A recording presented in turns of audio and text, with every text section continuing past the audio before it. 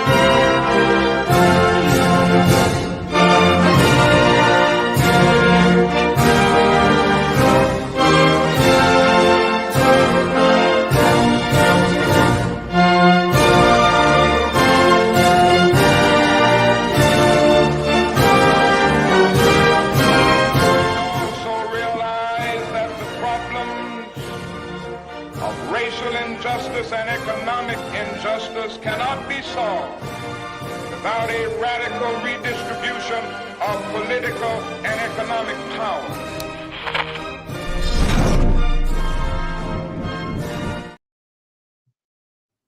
All right. Well, here we are, and welcome to the Basics of Marxism. We had a fantastic first class last week. Unfortunately, we had a couple technical difficulties and we weren't able to live stream it. We ironed those out, though, and here we are just in time for our first content class, where we're going to be going over an essay by William Z. Foster called The Major Principles of Marxist Socialism. Now, this essay is absolutely brilliant. What it does is it gives new people a view of the way Marxists speak and how we present things, how we think, how we look at the world, and how it's different from a lot of the misconceptions that we tend to see on the modern left. I just want to say a quick hello to everybody in the class, in the Zoom class. And with that, we're going to get started. I mean, unless there's any burning questions anyone has, I'll sort of quickly describe how we'll be doing this, and then we'll get to it. This class is what we call a read-along class. So it's a short essay, and what we're going to do is all of the students and me are going to take turns reading passages and discussing them.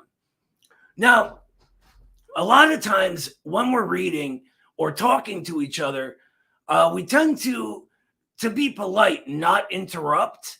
And a lot of times when you're doing something like this, you can sort of read past a part that you might have a question on. So I want to make sure everybody in the class here knows that if you have a question, feel free to interrupt whomever is reading, be it me, be it, Kyle, or I see JV over here, and Ross, everybody, as long as you're polite about it, right? So, no saying, hey, shut up, I got something to say. None of that, right? Just go, hey, quick question, can we stop? And we'll discuss the question and sort of discuss in a group content way. With that being said, is there anybody that wants to start reading for us? Now, you should have the PDF file pulled up. If the link isn't there, Kyle will put it in the text chat. Or if you have a paper copy of the book, like my really beaten up version here, it is from the book History of the Three Internationals. It's basically the same thing. It's sort of a scanned version. So, yeah.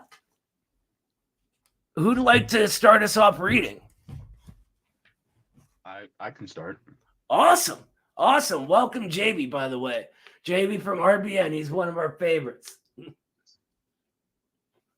So I'll be starting with the first paragraph says the Communist League was made up.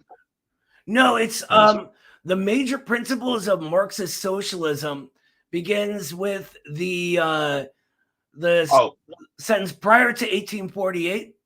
okay. I got it. So the first paragraph, right? Okay. It says prior to 1848, the movement for socialism was a welter of confusion regarding the analysis of capitalism, organizational forms, methods of struggle, and the conception of the ultimate goal. It was a mixture of primitivism, utopianism, adventurism, and opportunism. But Marx, actively aided by Engels, was one. What page? Excuse me, but what page are we on? Of the book, the actual page, I believe, was 22. And if you're looking at the PDF, it should be page 17 of the document. Okay, thank you. Oh, you're welcome. We'll let us know when you got there so we can keep going. I don't want to leave you behind. It's page 15 for me. Okay, page 15. I apologize. I'm going from the paper version, so I might be a little bit page different from you guys. But it's, for me, the PDF, it's page 27 of the actual original text. So all different versions of it. So I apologize for that. Okay, does everyone have the beginning of the major principles of Marxist socialism? Okay, now I've got it. It looks like I've read the wrong thing for the class, though. Oh, that's okay. Well, it's a read-along class, so we're reading it again now anyway. I downloaded the wrong one. I couldn't download the PDF, so I looked up the Williams E. Foster, the history of the three internationals. Yeah. And I took page 17, but what came up was it begins on general economic and political background. I think we're having an issue of the different editions of the book. Kyle, can you link them the banned thought version? I did. So that's in the chat if everyone wants to get it. Okay. I can step away for a moment and take some pictures and upload those to a doc or something that everyone can access if that's helpful. No, I think the banned thought version is the exact same version I have. So that way we can all be on the same page. So if you go to the link in the chat, that'll take you there. You can just read it in a browser if that works. All right, why don't you keep going, Jay? Can you tell us exactly where to go again now that we're all on the same doc on the banned thought link? Yeah, go ahead and tell them that info, Kyle. Yep, let me scroll to it here. I just opened it myself, so I'm along with everybody else. Oh, it's all good, brother.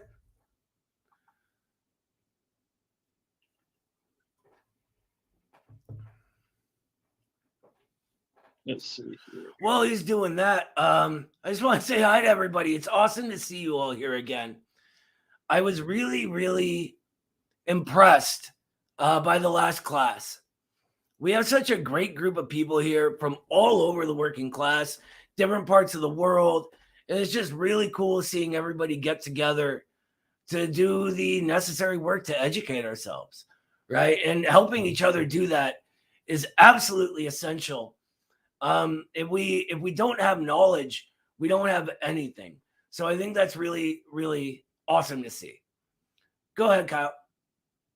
So they may have changed something from when we uploaded it. I'm not seeing it. All right, hold on. I'll let me see if I can get to it here. Dear Kyle or Noah, is it possible for whichever one of you has access to screen share and we can read off the screen with you so we're all on the same page, literally? Oh, wonderful. It won't load on my computer. Oh, it's just taking a long time. Ben thought does take forever to load, so give me a minute. Unfortunately, my screen is sharing because we're streaming this live. So I can't do that. I just don't think it will work. I'm 99.9% sure that this version that he linked is going to have what we need. I just need to find it real quick. I apologize to everybody. This is like, I had it set up beforehand, and Kyle's saying something changed. So that is wild, because Banthought is a very old site. It's still loading though, unfortunately. Always something with tech, right? I mean, it never fails. I have what was linked to in the document for the syllabus. Yeah, this is that same one. Page 15 of the PDF at page 27 of the original book. That's it. That is it precisely. I'm looking at it right now. So on your document, on the link shared, it's page 15. And if you're looking at the actual pictures of the pages, it's 27. I'll give everybody a minute to just get to that real quick. And then we'll keep going. Do you want to keep reading, Jay, or? Sure. Awesome. Why don't you go ahead? Okay. Do you want me to start over? Yeah, that's probably a good idea. Okay. It says prior to 1848, the movement for socialism was a welter of confusion regarding the analysis of capitalism, organizational forms, methods of struggle, and the conception of the ultimate goal. It was a mixture of privatism, utopianism, adventurism, and opportunism. But Marx, actively aided by Engels, with one masterly stroke, in the Communist Manifesto, swiped aside all this idealism, ignorance, and eclecticism, and put the socialist movement for the first time upon a scientific basis, as Engels said 35 years later in his famous address at the grave of Marx. Quote, just as Darwin discovered the law of evolution in organic nature, so Marx discovered the law of evolution in human history. End quote. I'm going to interrupt you right there, Jay, because this line is absolutely essential to understand. Let's read that again. Just as Darwin discovered the law of evolution in organic nature, so Marx discovered the law of evolution in human history.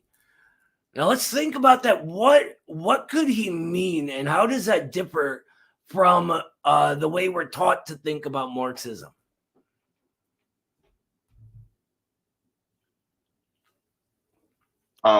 Well, from what I've observed just from reading this, is basically just gives us a better understanding of ourselves as humans.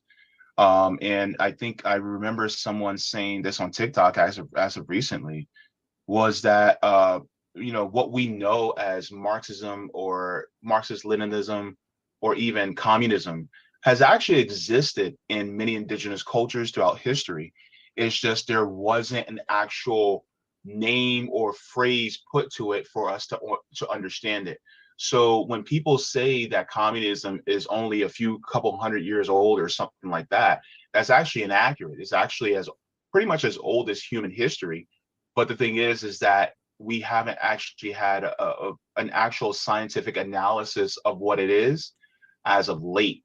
And so because of that, a lot of us are now starting to, put the word with it. Sometimes we didn't have words to actually go with what we may have felt or we may have observed, but Marx and Engels actually put it together. That's very so you're right about all of the substance here, right? What Marx talks about is the return to the community on a higher stage of development, right? So basically what Marxism is, what it does is it describes the general laws by which society itself develops, how it's developing and what drives that motion. The premise of everything in Marxism, what we study, is motion. It's history. And what Marx basically figures out is that when private property begins developing, society is alienated from itself. The community that was there before this property existed is alienated. And this property then goes through different forms, and classes form and struggle against each other, developing something newer. And basically, and we'll learn about this later, we're getting a little ahead of ourselves. Basically, we end up at the negation of this and the negation of that negation being a return to community, from scarcity to abundance that way. And we'll get to that. That's a lot to take out of one sentence. But really what I'm driving at is that we're talking about the general laws of development of human society. So just like Darwin talked about the laws by which, biological beings evolve, Marx does this for society. Do you want, you can keep going, by the way, Jay. I had just a quick comment. First, that speech at the grave of Marx is a great speech, and just that you can really see the powerful partnership between the two in that speech. But also it firmly establishes humans in that material base of natural development. That idealism, you'll get people just recognize the natural development of things, but still place humans above that. And that's where like idealism really comes in. Whereas materialism brings it down on that same level where human society is just an extension of natural development. So thus they follow the same, not the same, but similar natural laws. That's a really, really good point, and a comment on sort of bourgeois ideology. The ideological, more idealist view would take humans as outside of this general natural development, whereas Marxism exposes us as part of it, as an essential part. But yeah, unless anyone has anything else to add, we'll keep going. Well, I just want to say, oh, sorry. No, go ahead. Oh, I just wanted to say that I think this is interesting because I was listening to a conversation between some people last night, and one of them was trying to say, one of them was a religious person and trying to say that Marxism was the dialectics of Marxism would make it to where we're not focusing on becoming one with God, right? Like that was his whole premise, right? And that was the way that people used to understand that. And the person who was the comrade who was engaging with this person was saying, well, that doesn't necessarily align because we're trying to, because there's the class antagonisms that got the people to write about that necessary evolution are the same class antagonisms exist today. And whether or not we agree with the religious connotation of getting, closer to God or whatever, socialism is a material evolution. And so he was trying to say that doesn't necessarily contradict, basically. That's a good point. So the subject of religion and Marxism has a very long and controversial history. But here in the US, it's pretty important to note that communists have always had a very close relationship with churches and things like that. A lot of the leaders of our Communist Party were religious people. I've spoken to a few sort of Catholic Marxist-Leninists from South America, and I mean, I can't speak for them or explain their views, but just to put like a sort of umbrella over it, they view the development of their relationship with the divine or whatever as a material phenomenon. So society going through this same process Marxism discovers is very literally for them the relationship of understanding who people are in relation to God at the same time. Though, I'm not religious, so I can't really say, but that's how they view it, and I get it, Well, can I go into this because a lot of people don't know this, but I actually preached door to door for over 20 years.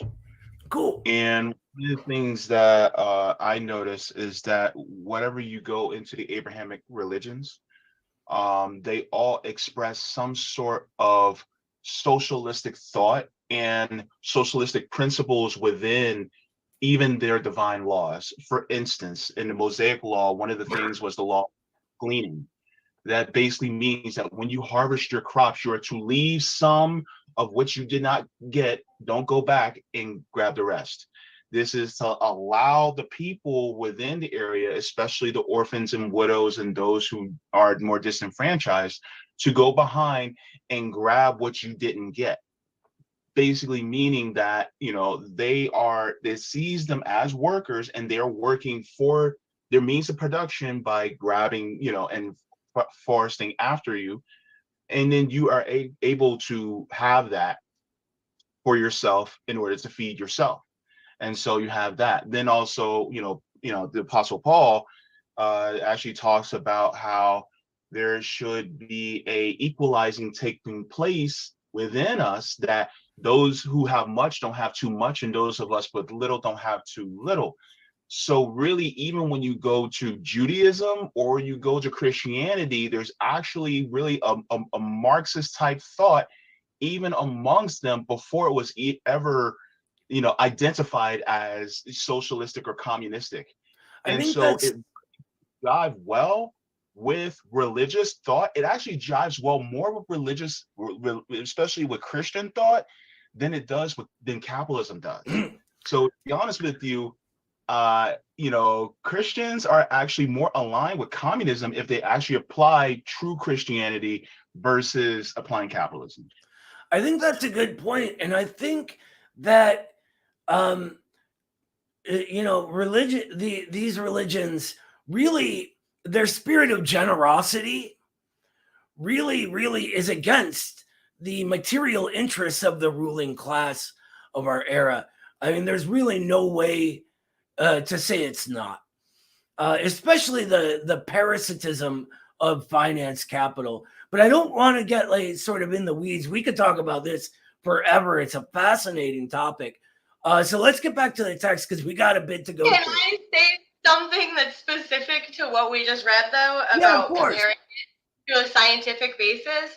I think part of that has to do with the kind of material circumstances that Marx and Engels were in themselves, which is coming off of the age of enlightenment, and we're now in this age of scientific discovery and industrialization, and we are getting efficient and better. And I think not only did that probably impact the way they were thinking about it, but when you want to, you know, teach other people or, you know, bring other people on board of this, you know, way of thought, using terms and concepts that are already sort of embedded, that make, there's more of an affinity created there if you kind of use the terminology or the concepts that are already kind of dominant at the time. And that's kind of gets into like, I have a sociology bachelor's degree. It's a BA. If I had done, you know, biology, it would be a BS, because there's this thought that, you know, there's the hard science and the soft science or whatever. The social sciences are the soft sciences. So I think that this is sort of a, you know, I think that idea that this being a science is kind of grounded in those,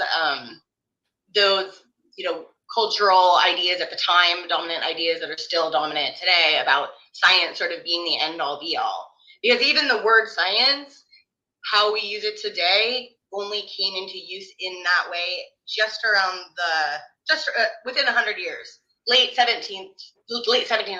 So I think that is a big part of why we talk about it. Even I think it's accurate, but I'm a big social science person, so I think it's not that, you know, I think they're legitimate sciences anyway. So that's really intuitive, sister.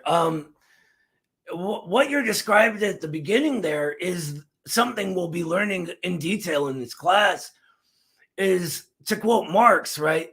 It is not the consciousness of man that determines his existence, but instead his social existence that determines his consciousness.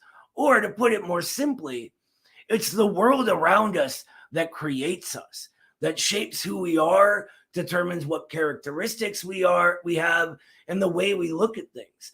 And it took all of this development for Marx and Engels to get to the point of developing scientific socialism, right? So, and we'll get to that. Actually, our next class will really zone in on that. So if you have any notes, write them down so we can discuss that next week, because it'll be fantastic. You'll love that one. For now, though, Why don't you continue reading, Jay? Sorry, I was muted. Marxism, during its century of life, has irresistibly triumphed over the host of confusions and illusions bred of capitalism that have plagued the working class on its advance to emancipation. Quote, every other theory and world outlook lies in ruins, end quote, says Dutt.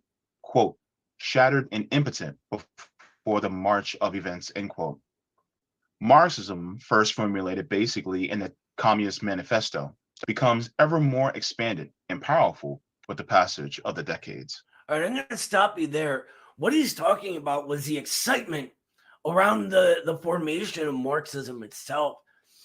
Finally, there was a scientific way of explaining all of this development in history that exposed the erroneous nature of the previous bourgeois views. We're going to go right into the second paragraph. Does anyone want to take up reading next? I can. Go for it. All right, who said I can first? I'll yield if the other person wants to. All you. All right, let's cover. Well, actually, you go ahead because I've lost my page on accident. So it's okay. Oh, good. I got you. Stalin thus defines Marxism. Marxism is the science of laws governing the development of nature and society, the science of the revolution of the oppressed and exploited masses, the science of the victory of socialism in all countries, the science of building a communist society. And Lenin thus describes the basic composition of Marxism. Marx was the genius who continued and completed the three chief ideological currents of the 19th century, represented respectively by the three most advanced countries of humanity: classical German philosophy, classical English political economy, and French socialism combined with French revolutionary doctrines. Major among the basic elements of Marxism are the following. All right, now before we get to the all these elements, what is Foster saying here, right? He's quoting Lenin talking about what we were just talking about, right? That Marxism didn't come from nowhere. Marxism didn't arrive in Marx's head like magic. It couldn't have been developed in a prior period. It took all of this materiality, this history going into it, for Marxism to arise out of these things, right? It's part of an entire history of human thought and action, and exposes the relationship between thought and action, what creates thought and how those actions affect things going forward into the future. Does anyone have any questions, or do we want to get right into it? Yeah, I had a question. I want to point something out real quick. I'm sorry to cut you off, my friend. For those who asked, I had like 4 people ask. I think there's something wrong with that link. So I went ahead and put a new link of just some photos of the actual book. So they're all in order. The page numbers are at the bottom. So for those who were missing it and weren't sure where we were at, you should be good to go now. I just want to throw that out there. Thank you so much, brother. Who had a question? I did. Go ahead. The question was, the Lenin quote references French socialism, which I guess obviously means French socialism was a movement before Marxism. And then when we're talking about it today, most people will conflate the two. So when you say socialism, you mean Marxism. So I guess, is there like a brief explanation you could give about what French socialism was before Marxism? Yeah, that's a really, really good question. And we're actually going to, later on in this course, read Engels on this subject exactly. French socialism, what he's talking about here is what we often refer to as utopianism, right? So Saint-Simon, if I can do a funny French accent because I'm not good with other languages, Saint-Simon was one of the leading thinkers and France is really where the doctrine itself developed, because the conditions there were naturally inclining them towards this. France is where the communards arose and the Paris Commune it came into being, right? And it's not just the thought, but the actions stemming out of it that create the conditions for Marx and Engels to do their work in overcoming the limitations of utopianism. And Engels will get into that. Like, we don't need to go super deep on that right now. Basically, we're just saying Marxism is scientific, whereas what came before in France was utopian. It was sort of dreaming up notions of an ideal, better society as if the ideas just come to us, rather than the organic class struggle and understanding it. I appreciate the acknowledgement of important prior contributions. I just take a little bit of issue, maybe like from an anthropological point of view, of calling German, French, and English like the most advanced of all humanity, like whatever. That's not necessary. Well, so I get what you're saying. Yeah, it's Eurocentric. It's Eurocentric, but fine. But I just acknowledging that. What you'll see is how they describes this is based in how far along the productive forces were, right? So rather than like a more like, I'm trying to equality based view where you just see, where we see things as different in different areas. What Marx and Engels are going to argue is that colonialism and things of this nature stagnate the development of other nations. So, for example, our ruling class colonizing multiple countries in Africa, the destruction of Vietnam, etc., like they hold these in a state of underdevelopment and not allowing their productive forces to continue going, which creates the thought behind everything else. So it's basically a productive statement rather than an equity statement, if that makes sense. It makes some sense. I just think that's still got some underlying just assumptions which are there. That's all. It's part of what it is. Would it be more like, would a good comparison be like how China, for instance, is like arguably the most developed like society probably on the planet, given its like length of like singular leadership, but because of the effects of like the Dutch and the British and of course like the Russians and like basically the whole conglomerate of European powers, it became de-industrial or like de-developed, you would say, like materially. So it got to a point where it took a socialist revolution in the 1900s to catch China back up to being the like forefront of society.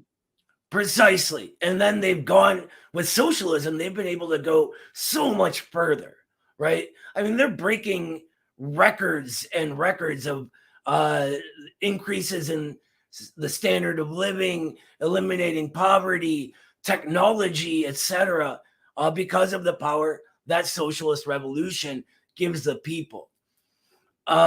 Anything else before we go on? I wanted to just give Jay some extra reading just about French socialism. Marx wrote extensively on France's history, and he has 3 books. One would be The Class Struggles in France. The second would be The Civil War in France. And then the third would be the 18th, I can't say that word, Brumaire. It's just Brumaire. Napoleon. Yeah. Yeah, and I'll put those in the chat. Even today is one of the best books I've ever read. And I read like a monster. You would not believe how much I read. I'm kind of a nerd. Okay. Well, I would what love to page are we stay on on? this topic. We do have a bit more to get through. So, why doesn't someone begin with our first principle here, which is philosophical materialism? Philosophical materialism, Marx based himself upon the reality of the world, as against the metaphysical imaginings of the idealistic philosophers George Berkeley, David Hume, Immanuel Kant, George W.F. Hegel, and the many others whose systems, by one route or another, all led to the acceptance of religion and to the conception of an artificial external creation and operation of the world. Marx counterposes a world ruled by natural law against the bourgeois metaphysical concept of a world under the arbitrary guidance of some remote divinity. To him, materiality is fundamentally and all thought and understanding flow is fundamental, and all thought and understanding flow from it. All right, I'm going to stop you real quick. We just had a brief discussion on religion. Now here we see sort of one of the old controversies, right?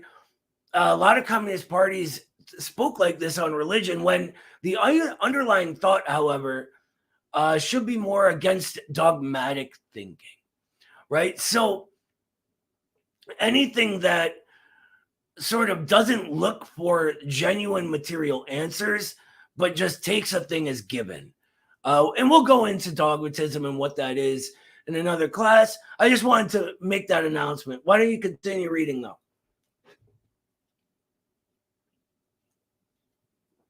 Engels says the great basic question of all philosophy, especially of modern philosophy, is that concerning the relation of thinking and being, spirit to nature, which is primary spirit or nature. The answers which the philosophers gave to this question split into two great camps. Those who asserted the primacy of spirit to nature, and therefore, in the last analysis, assumed world creation in some form or another, comprised the camp of idealism. The others, who regarded nature as primary, belonged to the various schools of materialism. All right, let's stop there. I want to sort of explain idealism and materialism in basic terms, right? So it's really, and this comes down to the sublation, to use Marxist jargon, of Hegel's system in Marx, right? So it's the difference between what drives forward motion in history. We can all see that history happens, right? We're no longer in various tribes or clans, etc. But why? So for the idealists, it is the ideas we have that come unbidden. For the materialist, and I would actually say that Hegel is something of a proto-materialist that gave Marx the impetus to carry his system forward. For materialism, it is that materiality itself. So the quote I mentioned earlier is a perfect example of this, right? It is not the consciousness of man that determines his existence, but on the contrary, his social existence that determines his consciousness. So we see and are created by the world around us. What forms a thought in our head is already being determined by what we're perceiving. Does that make sense? Does anyone have questions about it? Awesome. Go ahead. Just like if you ever study kind of like the ancients, they'll talk about like the forms. So like there's the form of a chair, like there's chairness, but you're not actually sitting in a chair. It's the embodiment of the idea of chairness.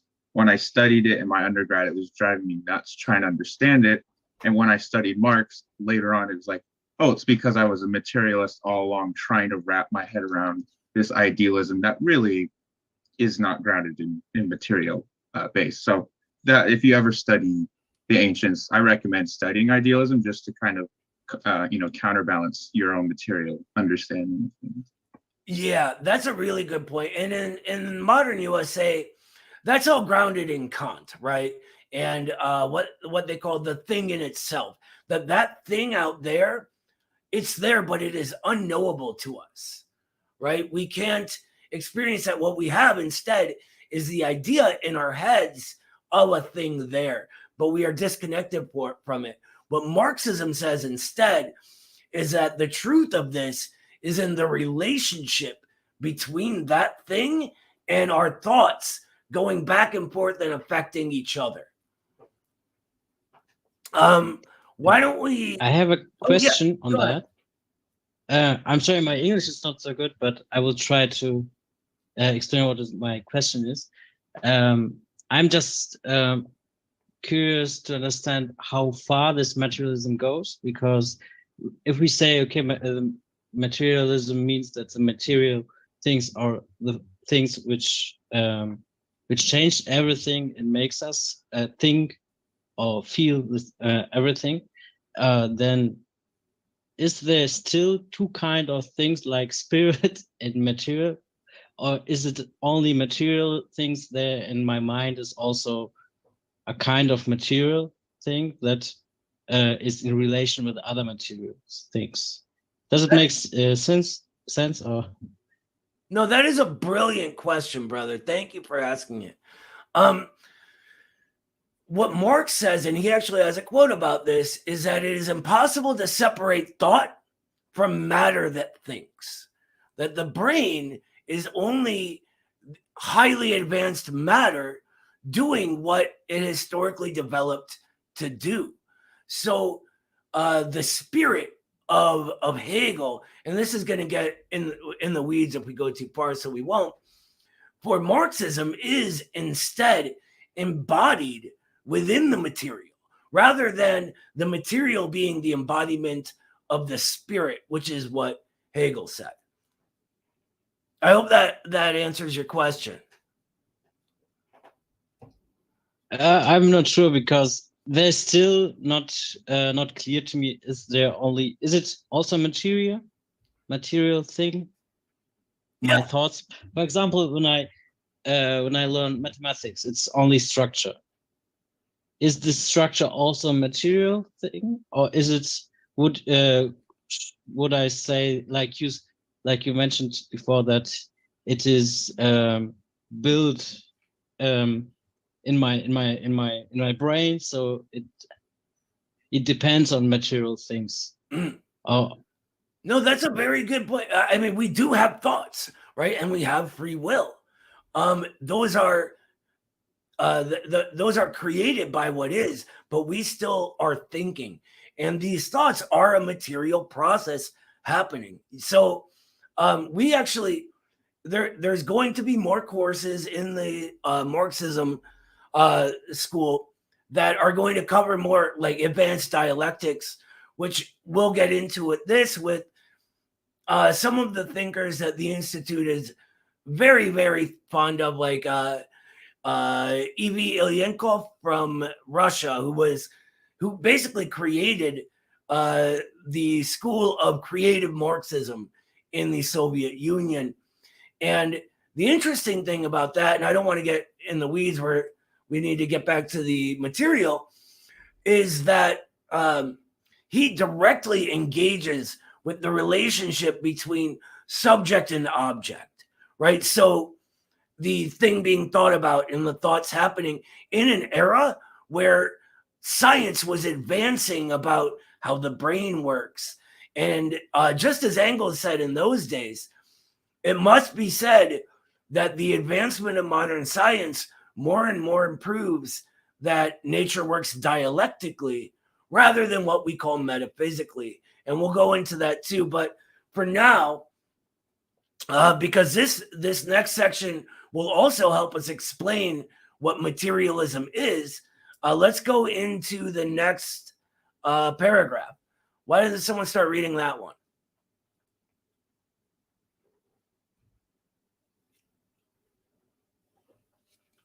Okay, I'll go if nobody wants to. Marx was a supreme philosopher in the second camp, carrying the materialist conception into all branches of thought and action. excuse me, the practical effect of philosophical materialism is to free Marxists and eventually the working class from the crippling influence of the innumerable hoary and reactionary conceptions relating to philosophy, science, government, religion, economics, morality, art, etc., which constitute the fundamental ideological buttresses of the capitalist system. Philosophical materialism is the sharpest intellectual weapon of the proletariat in its fight against capitalism and for socialism. So what he's saying is that as we learn this Marxism, this materialism, we'll be able to see through all of the misconceptions and ideologies that our ruling class gives to us and tries to tell us is the truth, that sort of keeps us in our place, keeps us pacified, etc. The next section is dialectics. Can someone start with that one, please? I have a quick yeah, go ahead.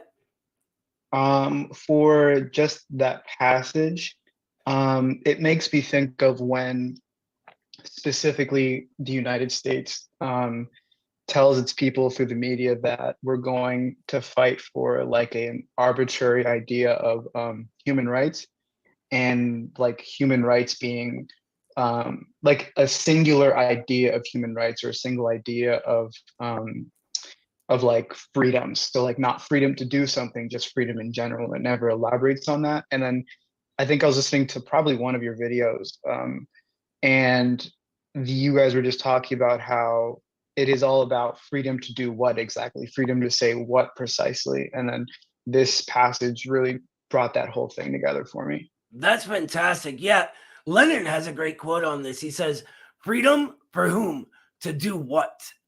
And what this does is takes us into the realm of the concrete, right? These abstract freedoms don't exist. They're only in the airy and smoky realm of ideas.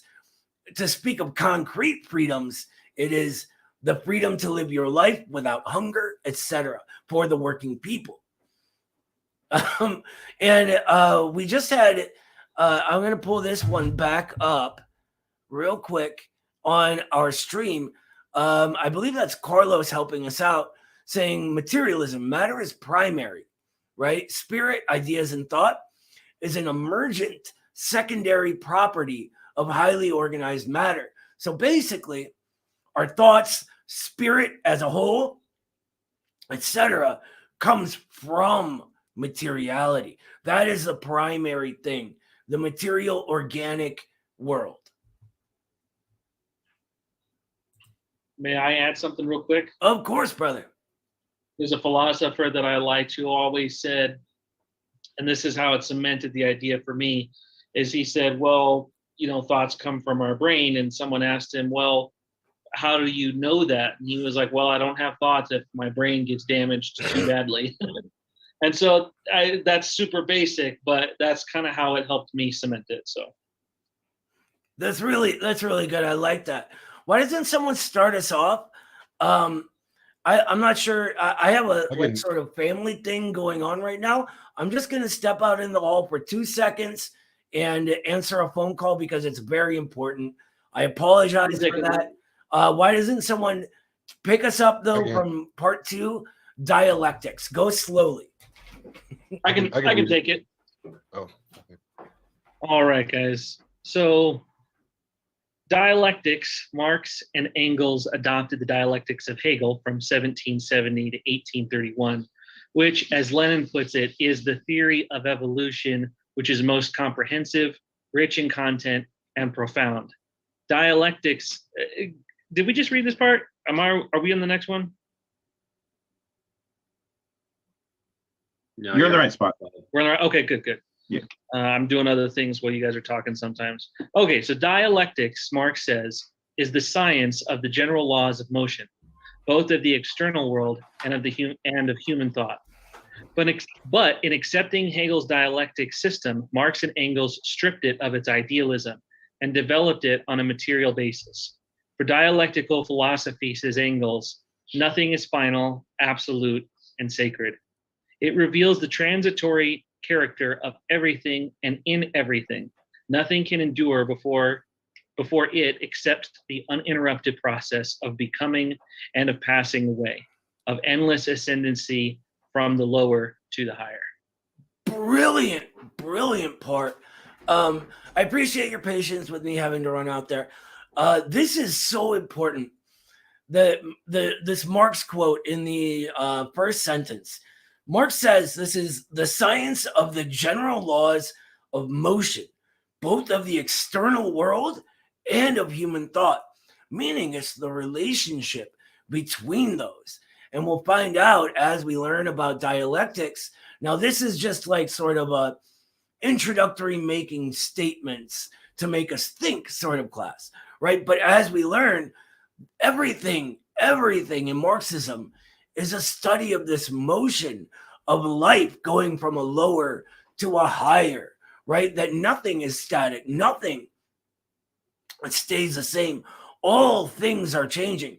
Even when we think we're standing still as people, we're aging. The world is whirling around the sun. Everything is movement.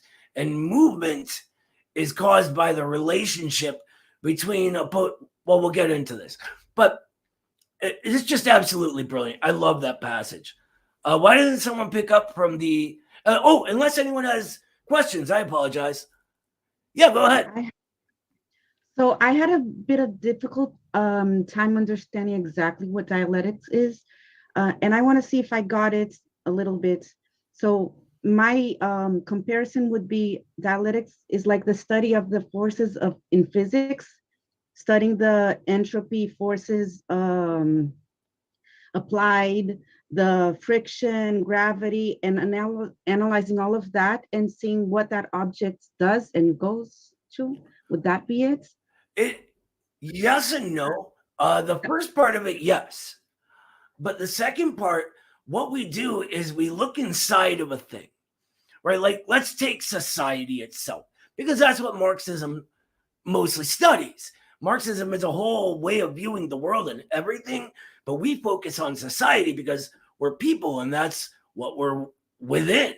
So within society, we see after the advent of property and as this process begins, opposed classes. So there are two general classes within a phenomenon that are both interconnected, being created by each other, and dependent on each other for the existence, or the old one is dependent on the new one to exist, and they struggle against each other, right? As the old force is dying away, this is the exact same process as the new force developing. So to put it in other words, I like to use plant references because this is what Engels uses, right? Think about a seed in the ground, right? Within that seed is a little tiny sprout, and they're in contradiction with each other. They create each other. The sprout can't exist without the seed, and that seed is going to die away without the sprout. They struggle against each other, right? There is the new thing, the sprout, struggling against that hard outer shell until we get a revolutionary change where the sprout overtakes the seed and comes up from the ground, right? This is dialectics. It is a study of these interposed opposites creating change and motion, which we will get into, don't worry. So you were like walking your way down that street, sister. You got it. Can I just ask something, please? Could I ask? Of course. Is the dialectic, it's necessarily developed progressive? Yes. Wait, can you repeat that real quick? Is the dialectical, the dialectic necessarily progressive? It's not just dualities kind of banging off each other. It's actually creating. Very, very important thing to add. Absolutely. The dialectic is the creation of a new thing. It's not just two things just going around and around and around. It is a process of, like he says right here, endless ascendancy from the lower to the higher, right? So feudalism becomes industrial capitalism, becomes imperialism, becomes socialism, or whatever. It's different. We'll get to particular and universal later. But in general, that's what we're talking about. We're talking about constant motion and becoming. So would it be like, oh, my bad. You can go.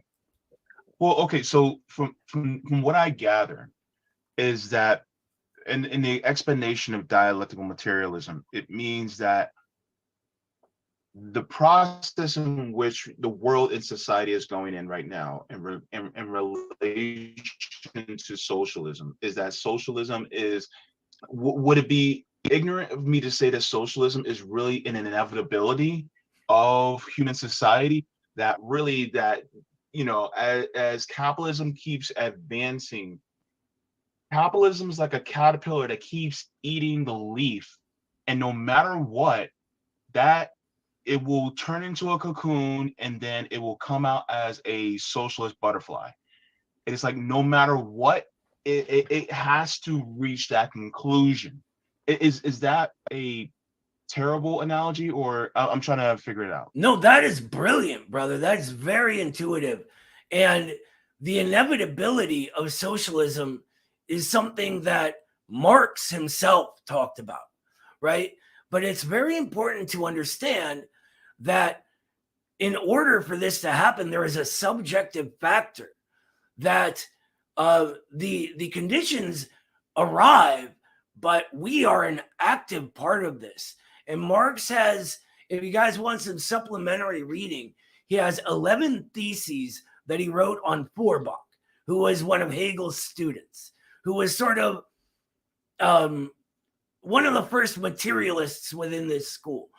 And he explains in these 11 theses the relation between us interacting, that it is this that creates us, but we must take it upon ourselves to fulfill the historical role that society has laid out for us within the proletariat. Now, a little caveat, socialism, as Marx, as Foster, as Lenin, whomever is talking about, is not how we often think about it and what we're taught in the US. It doesn't have any particular characteristics. It is instead a general category, meaning a society that serves a social function or serves the well-being of society itself.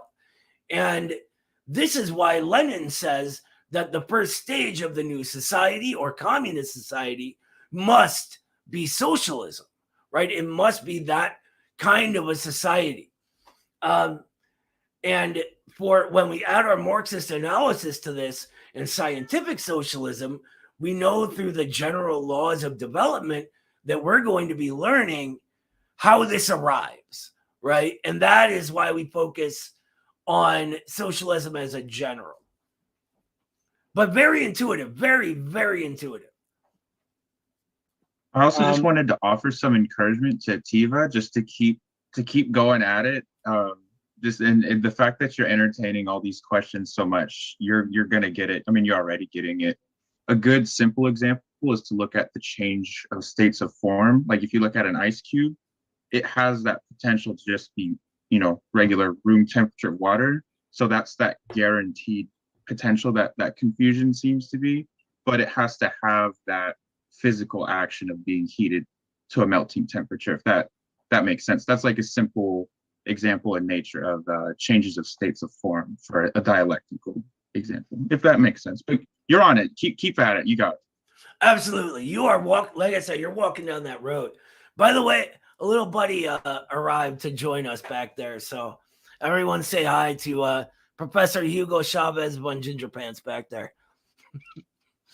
I have a quick, just some for like clarity, just to make sure I have it 100%. Would a dialectical relationship be sort of like how when like serfs went into like industry, the more like you needed more capital and like you needed more materialist development in like the means of production. And as like the capitalist got more workers, he's sort of like writing his own, like writing the revolution himself by like building more and more people into like the revolutionary like proletariat. And then soon that proletariat's going to realize that they should be a different relationship, and then it becomes a whole nother thing. Precisely, brother. That's incredibly insightful. That is capitalism creating its own gravediggers, right? The peasantry, who had a somewhat stable way of life and existence, was because the forces of production had advanced and they outmoded the old relations of production, that feudal relationship, right? And so it throws all of these peasants into instability and proletarianization. And our middle classes these days are going through a very, very similar process that we call reproletarianization, right? The formerly stable middle classes who had stability with home ownership, etc., are finding out that these loans are really just assets for financial speculation, right? And people are being thrust down to the same level as the original industrial proletariat, working paycheck to paycheck, unable to accumulate even a little bit of stability for themselves. And that is forming this big mass of a reproletariat. But that's my own theory, which will be out, by the way, by the end of this class, and we're going to go over. So I'm excited about that. But yeah, everybody is doing great. You guys are really on your road to getting this. Let's continue on because we do have a bit more to go in the essay, though. I'm going to keep going. Dialectic. Oh, did someone else have something to say? I can read if you'd like. Absolutely. Go for it. It's over the span of 2 pages, so I'll have to switch over to the next page. It says, dialectical evolution, says Lenin, is a development that repeats, as it were, the stages already passed, but repeats them in a different way on a higher plane, negation of negation. Okay, hold on. I gotta stop you. This is very important because it ties in to another aspect of Marxism we'll go over, which is the difference between particulars and universals, right? A universal is something that happens because of the general laws of development, right? But each time and place it happens within has its own particular form. So a universal, such as the proletariat, must concretize in a particular form. So the reproletariat, right, that I was just speaking of, is a new form of this same thing. We can also do this geographically, right? The Chinese proletariat has a different particular form than the American proletariat does. A different particular history created them, and they have a whole process that is unique to the Chinese nation. Now, our national history has our own thing with our own unique forms of class struggle that create it. And this is a really good quote from Lenin that explains that. A development that repeats, as it were, the stages already passed. So we go through all of these essential universal phenomenons, but they look different because they're on a different stage of development. The revolution of the proletariat is a revolution. It is society coming to a point where it can no longer continue on in the old way. But it is different in form, in particularity, from the old bourgeois revolutions, right? And we can even do that again in a geographical manner. The American bourgeois revolution was not the same as the French bourgeois revolution, right? Ours overthrew a colonizing empire. Theirs overthrew a national feudal class. It's all different particularities, right? Go ahead. I'm sorry to interrupt you with such a long spiel. Just one question though. Yeah. So I'm thinking about another analogy as you're saying this.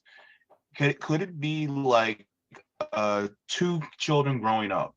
They don't share the same DNA and they go through pretty much the same processes. Is that one will end up being 6 foot while the other one will end up being 5'5", but they still end up going through the same processes where they have the pituitary gland secreting, hormones so that they can get to a particular, stage in life.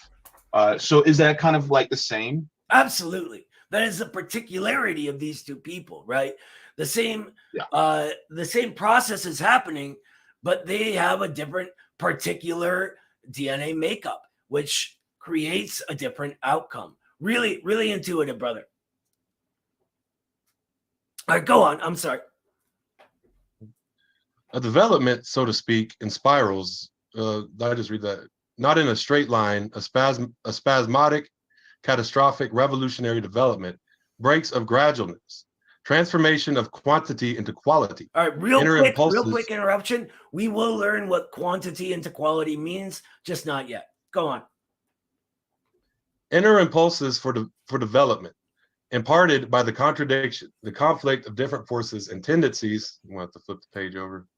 Reacting on a given body or inside a given phenomena or within a given society. Interdependence and the closest indissoluble connection between all sides of every phenomenon. Really, really, thank you. Good job. Really important stuff here, right? So we explained the sort of contradiction thing, right? What I want to draw your attention to right now, though, is how he says that they are within or imparted to a given body. Because these changes can be forced from without as well. Think about the national oppressions of colonized nations, right? And their struggle, which can align a national proletariat with a national bourgeoisie against the invading imperialist bourgeoisie. Think about the Chinese Revolution, right? It overthrew a Japanese invading force. So just to remember that there is a few layers of this. Does anyone have any questions? Awesome. Okay.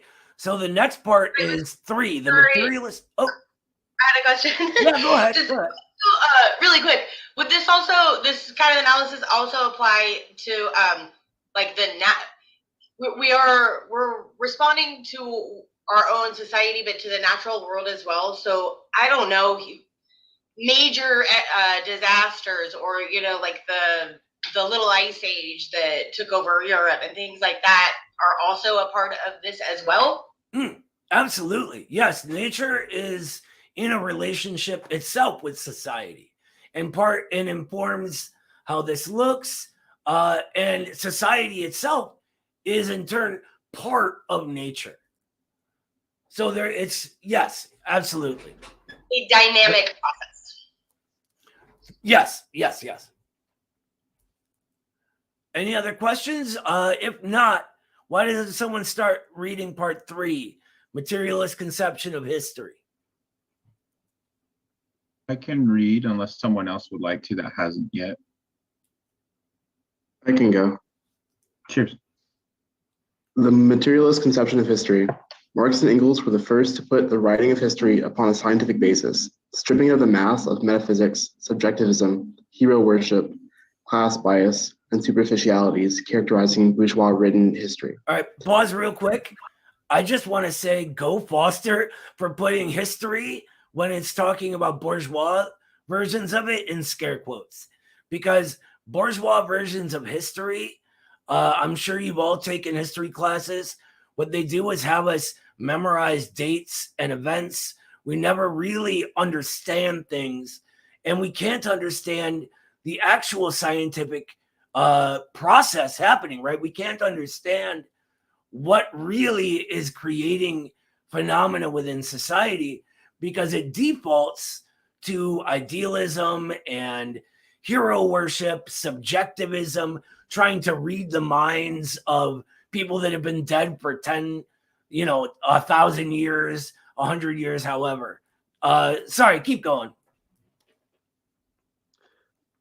The heart of the Marxist materialist conception of history lies in the economic factor, the way people make their living. Marx outlines it as follows. In the social production which men carry on, they enter into definite relationships that are indispensable and independent of their will. These relations of production correspond to a definite stage of development of the material powers of production. The sum total of these relations of production constitutes the economic structure of society, the real foundation on which rise legal and political superstructures and to which correspond definite forms of social consciousness. The mode of production in material life determines the general character of the social, political, and spiritual processes of life. It is not the consciousness of men that determines their existence, but on the contrary, their social existence determines their consciousness. Thank you, brother. That was great.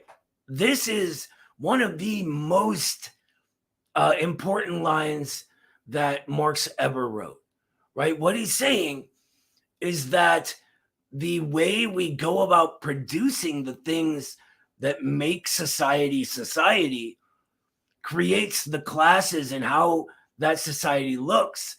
And this changes over time as our productive forces advance, as the mode of production advances.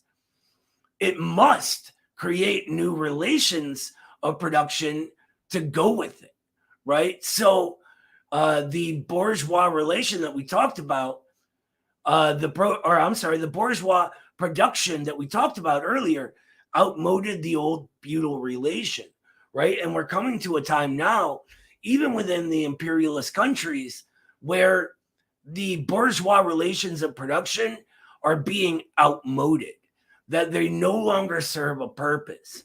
And this is what creates the classes and how they change. Each class is only wrapped up with the way we do production. That's why in feudal production, we had lords and peasants, right? In the slave-owning empires, we had the property owners, the slaves, and the artisans. And now we have the bourgeoisie and proletariat.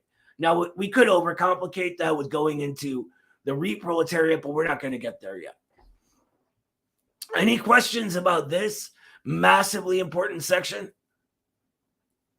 I would like to talk about the significance of the internet, or what I like to call the informational revolution, which is that it's made it very, one thing that the bourgeoisie has had over the proletariat throughout its rule is a form of literacy and the ability to read, the ability, and now, like, you know, the proletariat never had ways to communicate with itself in ways that it does now. Just like, you know, during feudalism, when there wasn't factories, there was no proletariat to really be, it was mostly like peasantry, right?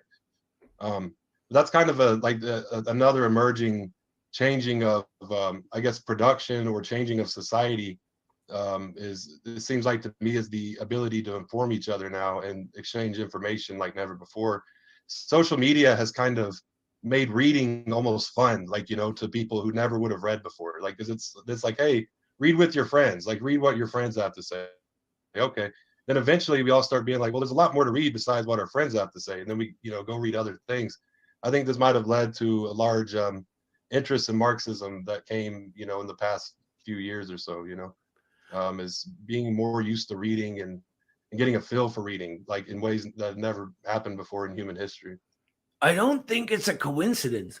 Excuse me. I drink a lot of seltzer. I don't think it's a coincidence that we're doing this at a time when our conditions are deteriorating like crazy, right? This impossibility of continuing on in the old way is arriving with an immediacy never seen before. And the computer revolution, or the technology revolution that creates the internet, creates AI and advanced algorithms, changes everything. This is going on at the same time as changes in finance capital itself, which, I mean, this is later on. That's what capitalist social relations turn into, is the monopoly cartels, right?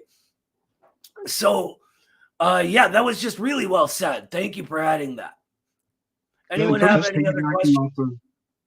Yeah, I was gonna say, piggybacking off of what he just said, the access to information. I remember, I forgot what I read, but it was something like where you were able to get like there was like 1 in like 1,000 bourgeois thinkers, which was like Marx talking about like truly being able to interact and study the working class, and then you have like a member, like they called it like an advanced member of the proletariat, who are able to really synthesize that and then deliver it to the people, and then through things like the printing press, they're able to really like make that text available all the way. They were talking about the Soviet Union, so all the way from like Azerbaijan to like the very eastern tip of the Russian Empire, and through that they were able to really unify the entire sort of like Eurasian continent under this one ideology, because they were able to distribute that information very efficiently.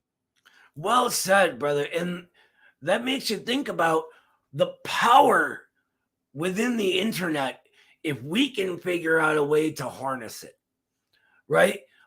So many billions are spent by our enemy class, the bourgeoisie, by finance capital, in trying to prevent that very thing from happening. The Midwestern Marx Institute is censored like crazy.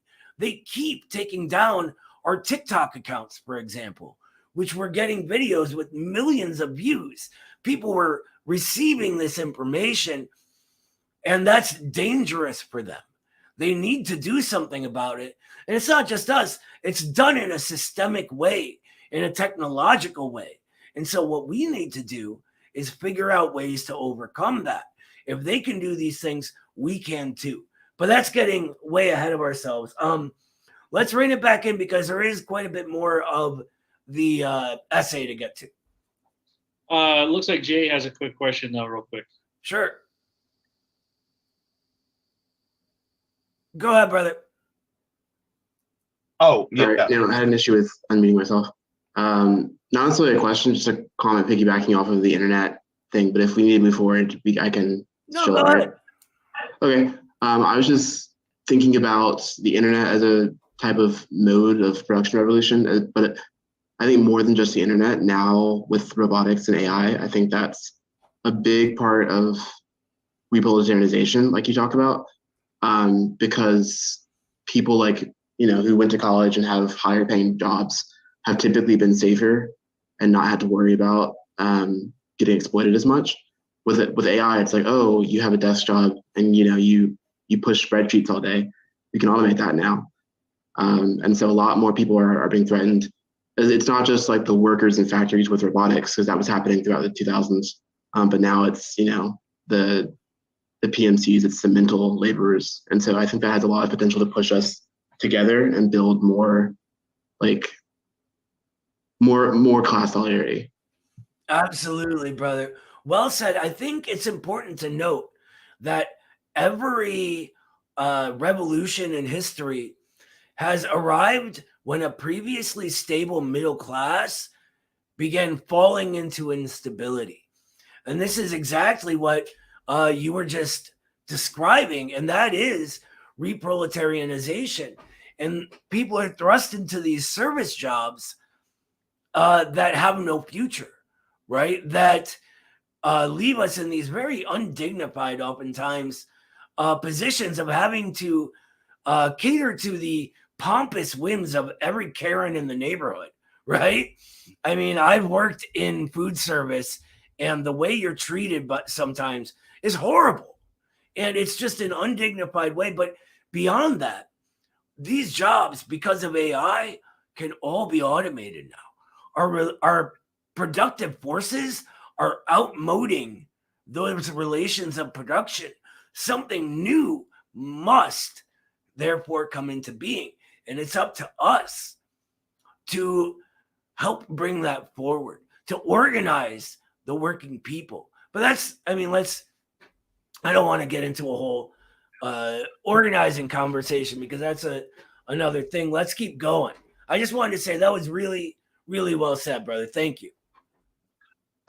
Just one thing though, from what you explained here, as well as the whole thing with the internet and as well as this paragraph, it basically sounds to me like the bourgeoisie really handed us the tool that will lead to their demise.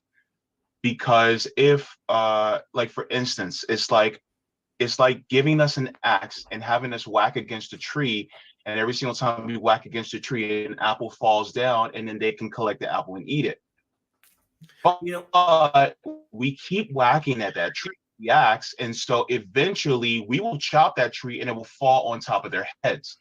The problem is that they don't realize that they're actually giving us that axe to chop the tree down to fall on top of their heads, and now they're starting to see, wait, stop whacking at that tree so hard, because not only am I still getting my apples, but now you're endangering my life. And so that's what it looks like to me. I'm just thinking out loud here. Well, so I think they're very aware, just as a little, a little argumentation, but I think the rest of what you said is just very insightful. And you know me, Jay, I say this to you all the time. You come up with things that Marx or Engels said and just put them in different words, all on your own without having any like formal education in this, because that's what happens within the proletariat, right? The learning Marxism is like finally having the words to understand these things that we already knew all along. But this one, Lenin has a great quote where he says that the capitalists will sell us the ropes that we hang them with. And that is absolutely the same as your tree chopping analogy. But yeah, let's keep going. Who wants to read next? I can read it. Oh, go ahead. Sorry. Marxists have frequently been accused of laying sole stress upon the economic factor and of ignoring all others, such as national traditions, history, culture, etc.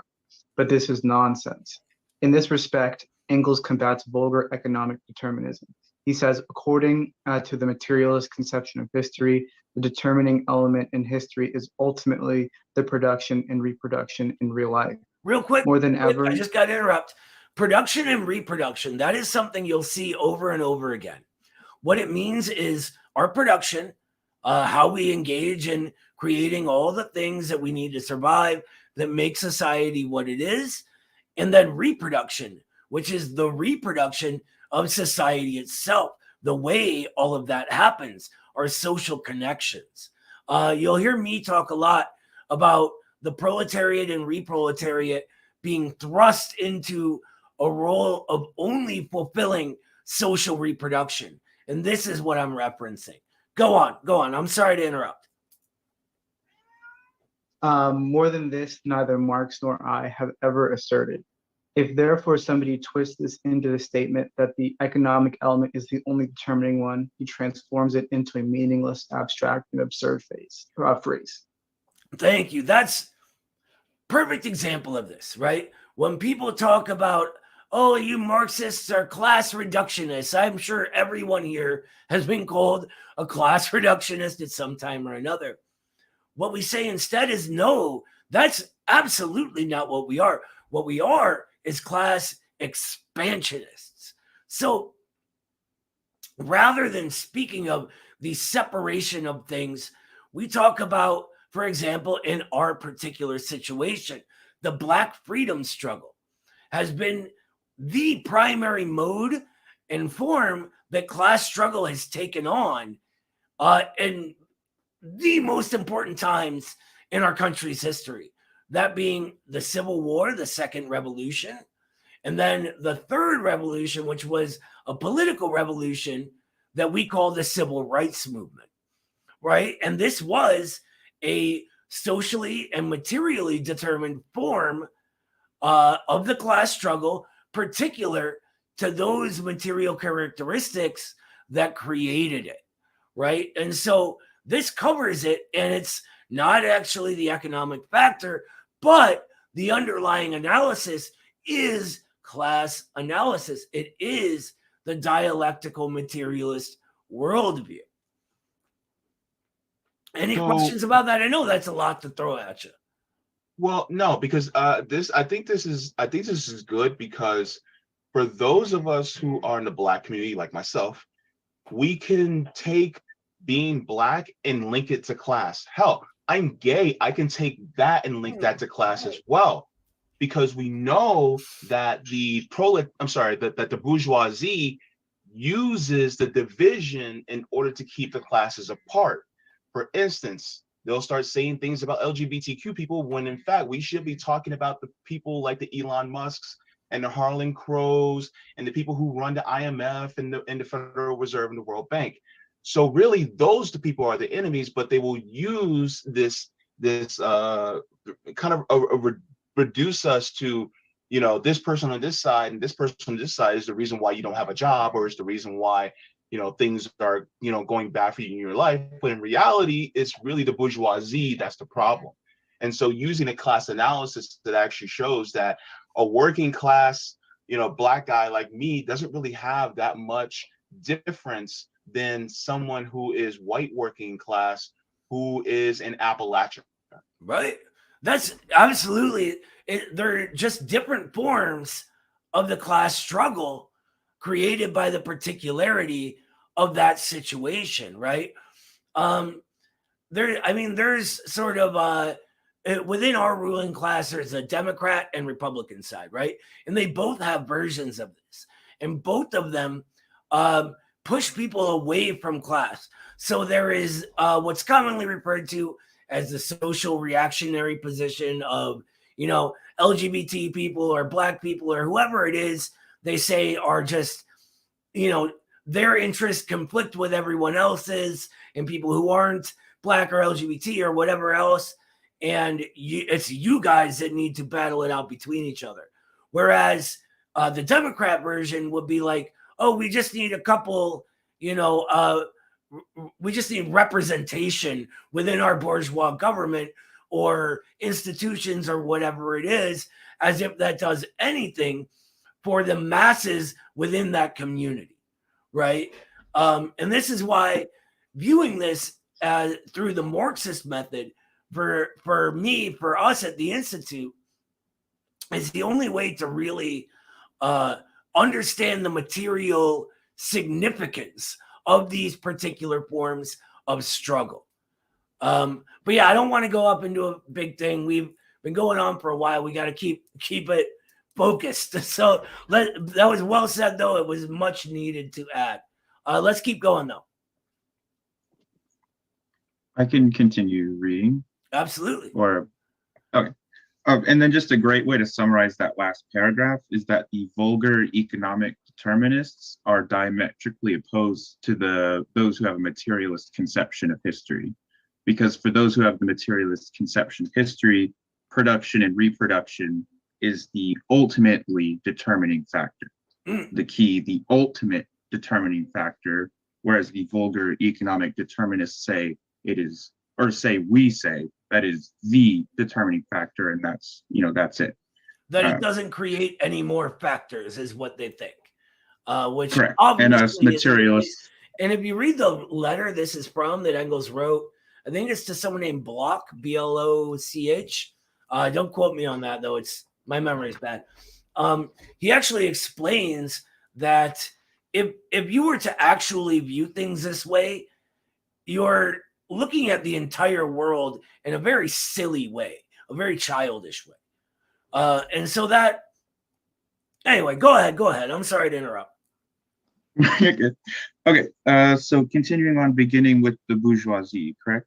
Yep. Awesome.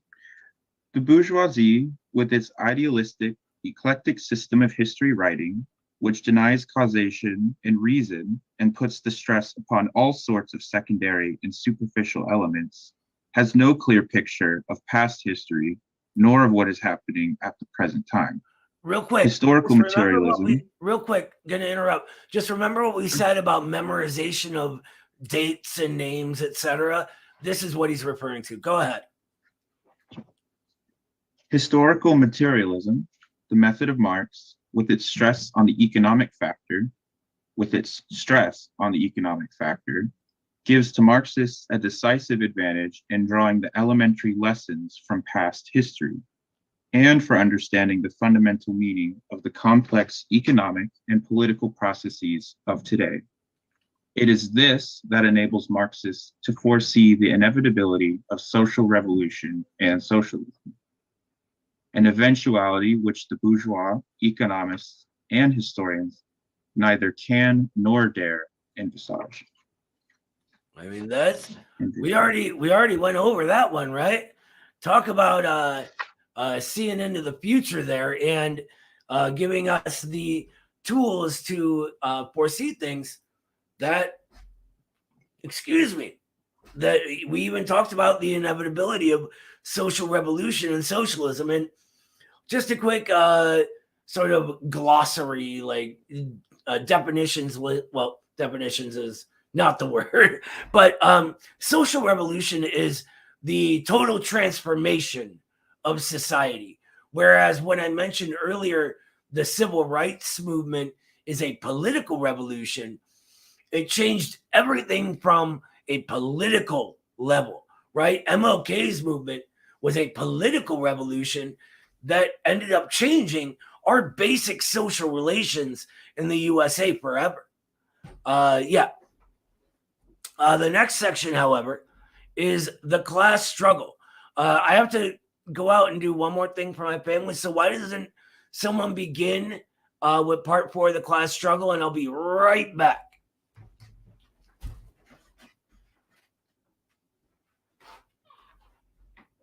I got it. The class struggle. The Communist Manifesto thus states the fundamental Marxist position on class struggle, the class struggle. The history of all hitherto existing society is the history of class struggles. Freeman and slave, patrician and plebeian, lord and serf, guildmaster and journeyman, in a word, oppressor and oppressed, stood in constant opposition to one another, carried on an uninterrupted, now hidden, now open fight, a fight that each time ended either in a revolutionary reconstitution of society at large or in the common ruin of the contending classes. In the earlier epochs of history, we find almost everywhere a complicated arrangement of society into various orders, a manifold gradation of social rank.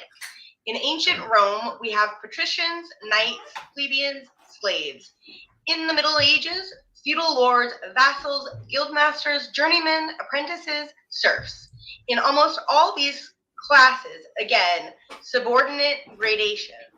The modern bourgeois society that has sprouted from the ruins of feudal society has not done away with class antagonisms. It has but established new classes, new forms of struggle in place of the old ones. All right, thank you. That ties it all together, right? The only thing I would say is this comes from the manifesto, right? Which was basically written as propaganda. It was meant to spur on our feelings and stuff. So rather than oppressor and oppressed, a more scientific view, well, this is the case, don't get me wrong, a more scientific view would be new and old, right? The new thing, the oppressed overtaking that oppressor. Anyone have any questions about this section, though? I'd like to tie in, if I can, the importance of the dialectic, according to when you see like in our society today, there's like this material dominance by the corporations over a pseudo dialectic, which is that between the Republicans and the Democrats, and it's not really because a dialectic is is when two sides collide, creating a different outcome, or in argument sense, it like sharpens each other's arguments, right? And it seems like that the corporations look to slow down that dialectic by applying pseudo dialectic between these two not very objective sides. Like as we were talking about earlier, like the Democrats and their performative symbolism and the evading of any material conditions and what they do. And then here comes like Fox News saying like, oh, it's they're being woke and they're like casting a spell and that's making our economy bad. And so, look, this is how bad our economy is because they keep doing this like symbolist stuff, you know, and it's like nobody's really buying that. Like nobody in reality is buying that, but they make the illusion that that's what society is the real dialectic in our society.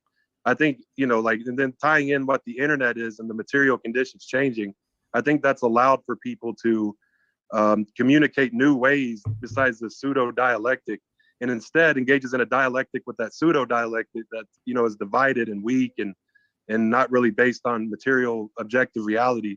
And so it can destroy it, you know, it can, you know, really do away with that old dialectic. It's almost like that pseudo dialectic always has to adopt to the more materialist dialectic that's going on among people who are being sincere and aren't under the control of like corporate sponsorships or lobbyism, you know. Very, very well said. Absolutely. He's making me think of what comes in the next paragraph, which is the discussion about the bourgeois class being anxious to obscure the class character of the internal struggles taking place. Absolutely. And Foster was writing this, remember, during the beginning era of the American middle classes.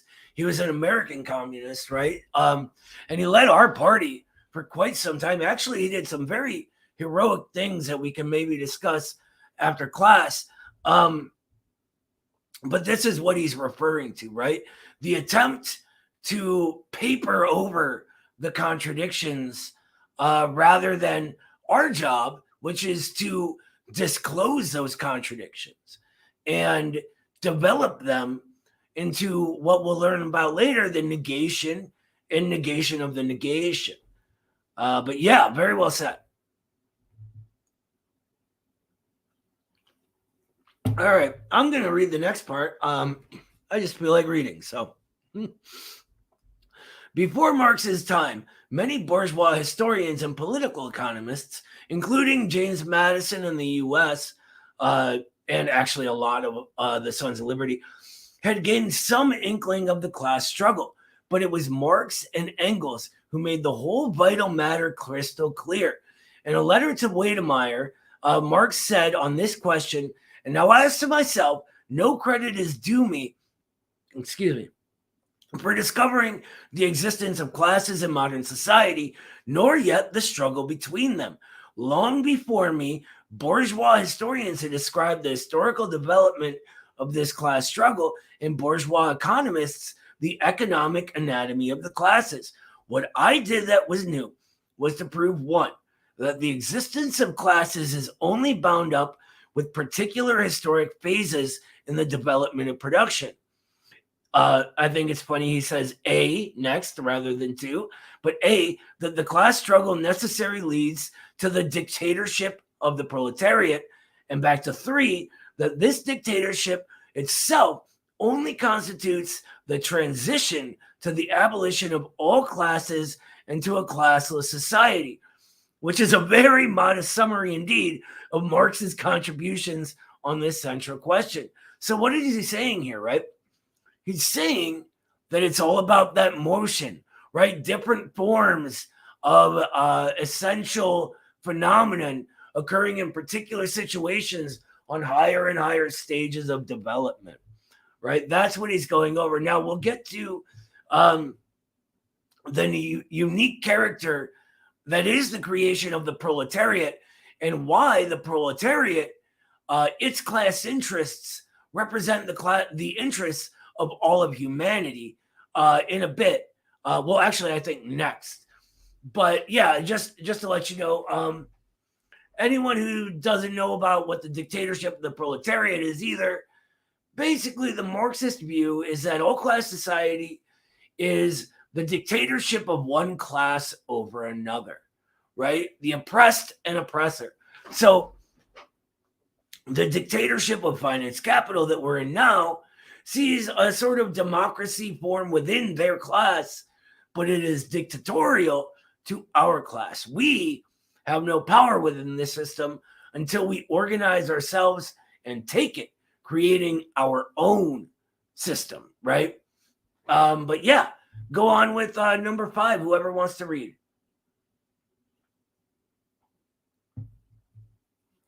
Oh, I'm sorry. Does anyone have any questions before that? Great.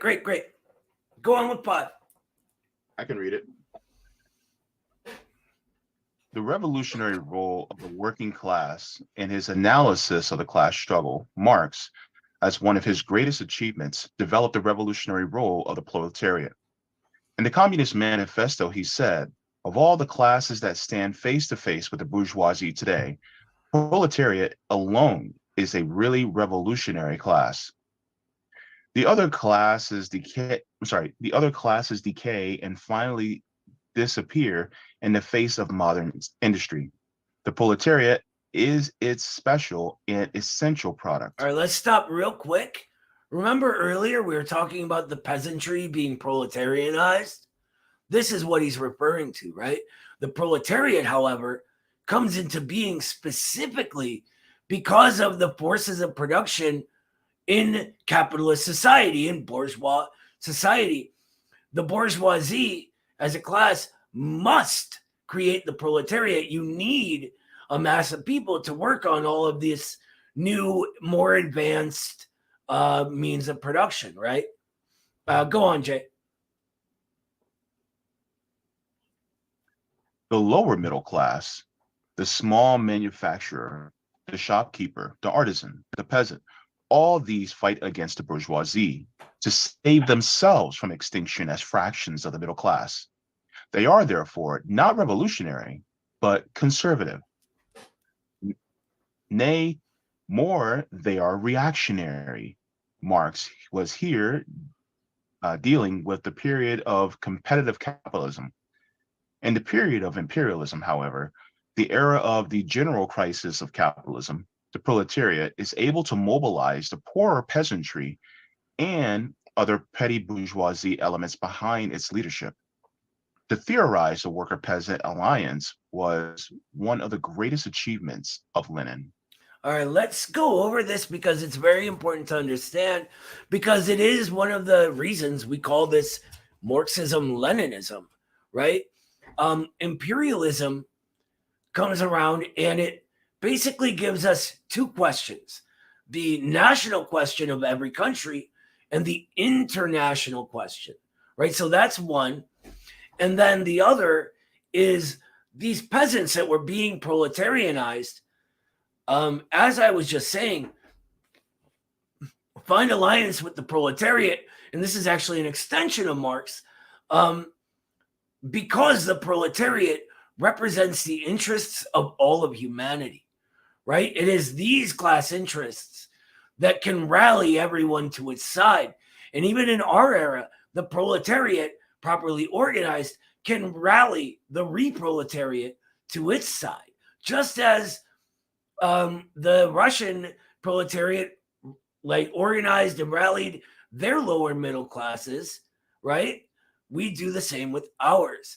And this is part of what reproletarianization is about. But I'm basically just giving you different particularities of the same essential phenomenon that Lenin was talking about here. I think a really good, oh my bad. I think a really good manifestation of this entire paragraph is like today, where you, like when you're in public and you're talking to people who are of the middle class or who have middle class jobs and things like that, they'll always ask you or they'll always talk about how like if we have a revolution, they try to say they're our enemy. Like the middle class is somehow the enemy of the working class, and in certain ways it is because of its reactionary nature. However, I feel like when people say that, it's our job to sort of convince them that your best interest sort of lies with us and not with them, because eventually they're going to want what you have and kind of conglomerate what you have, your little shop, your little market, into the broader market, and then you're just going to join us one way or the other. That's a really good point, and it references the materiality of middle class interests, which Marx was just talking about, right? Their class interests lie in the past. This is why he says, nay, they're reactionary, right?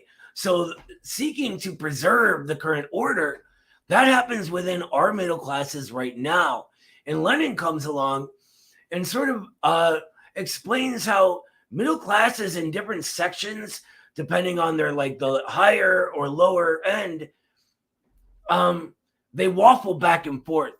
One day they'll be with us, another day they'll be with the bourgeoisie.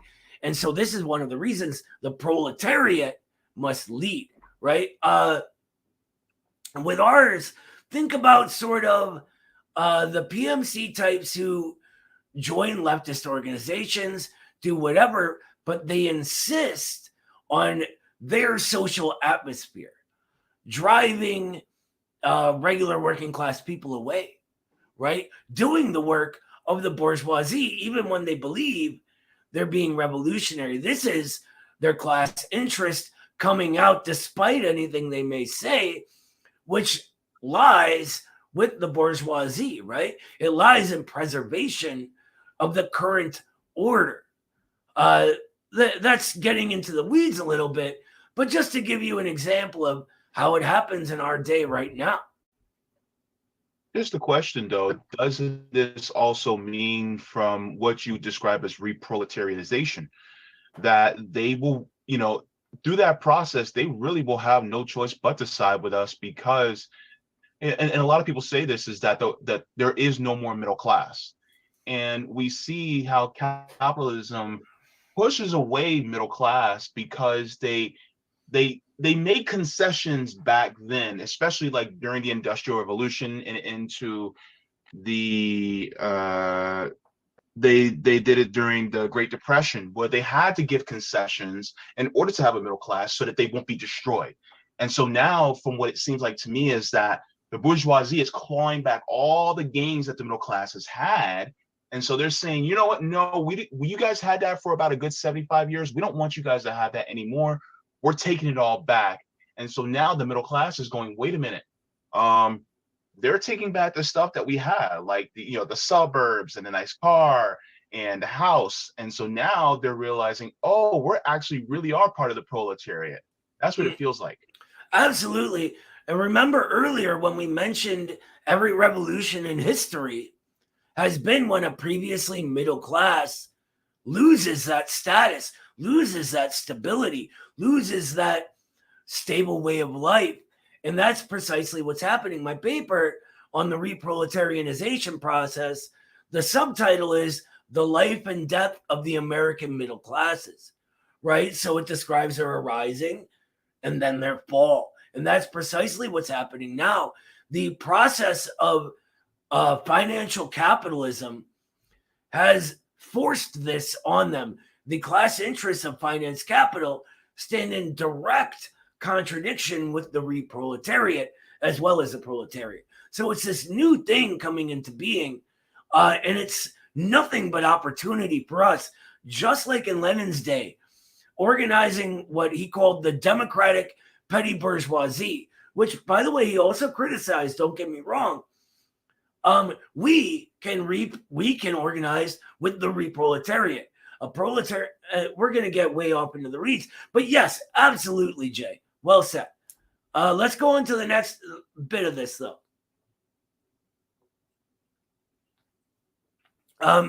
Lenin says, the main thing in the teaching of Marx, or that's where we're at, right? I just want to make sure. Yeah, okay.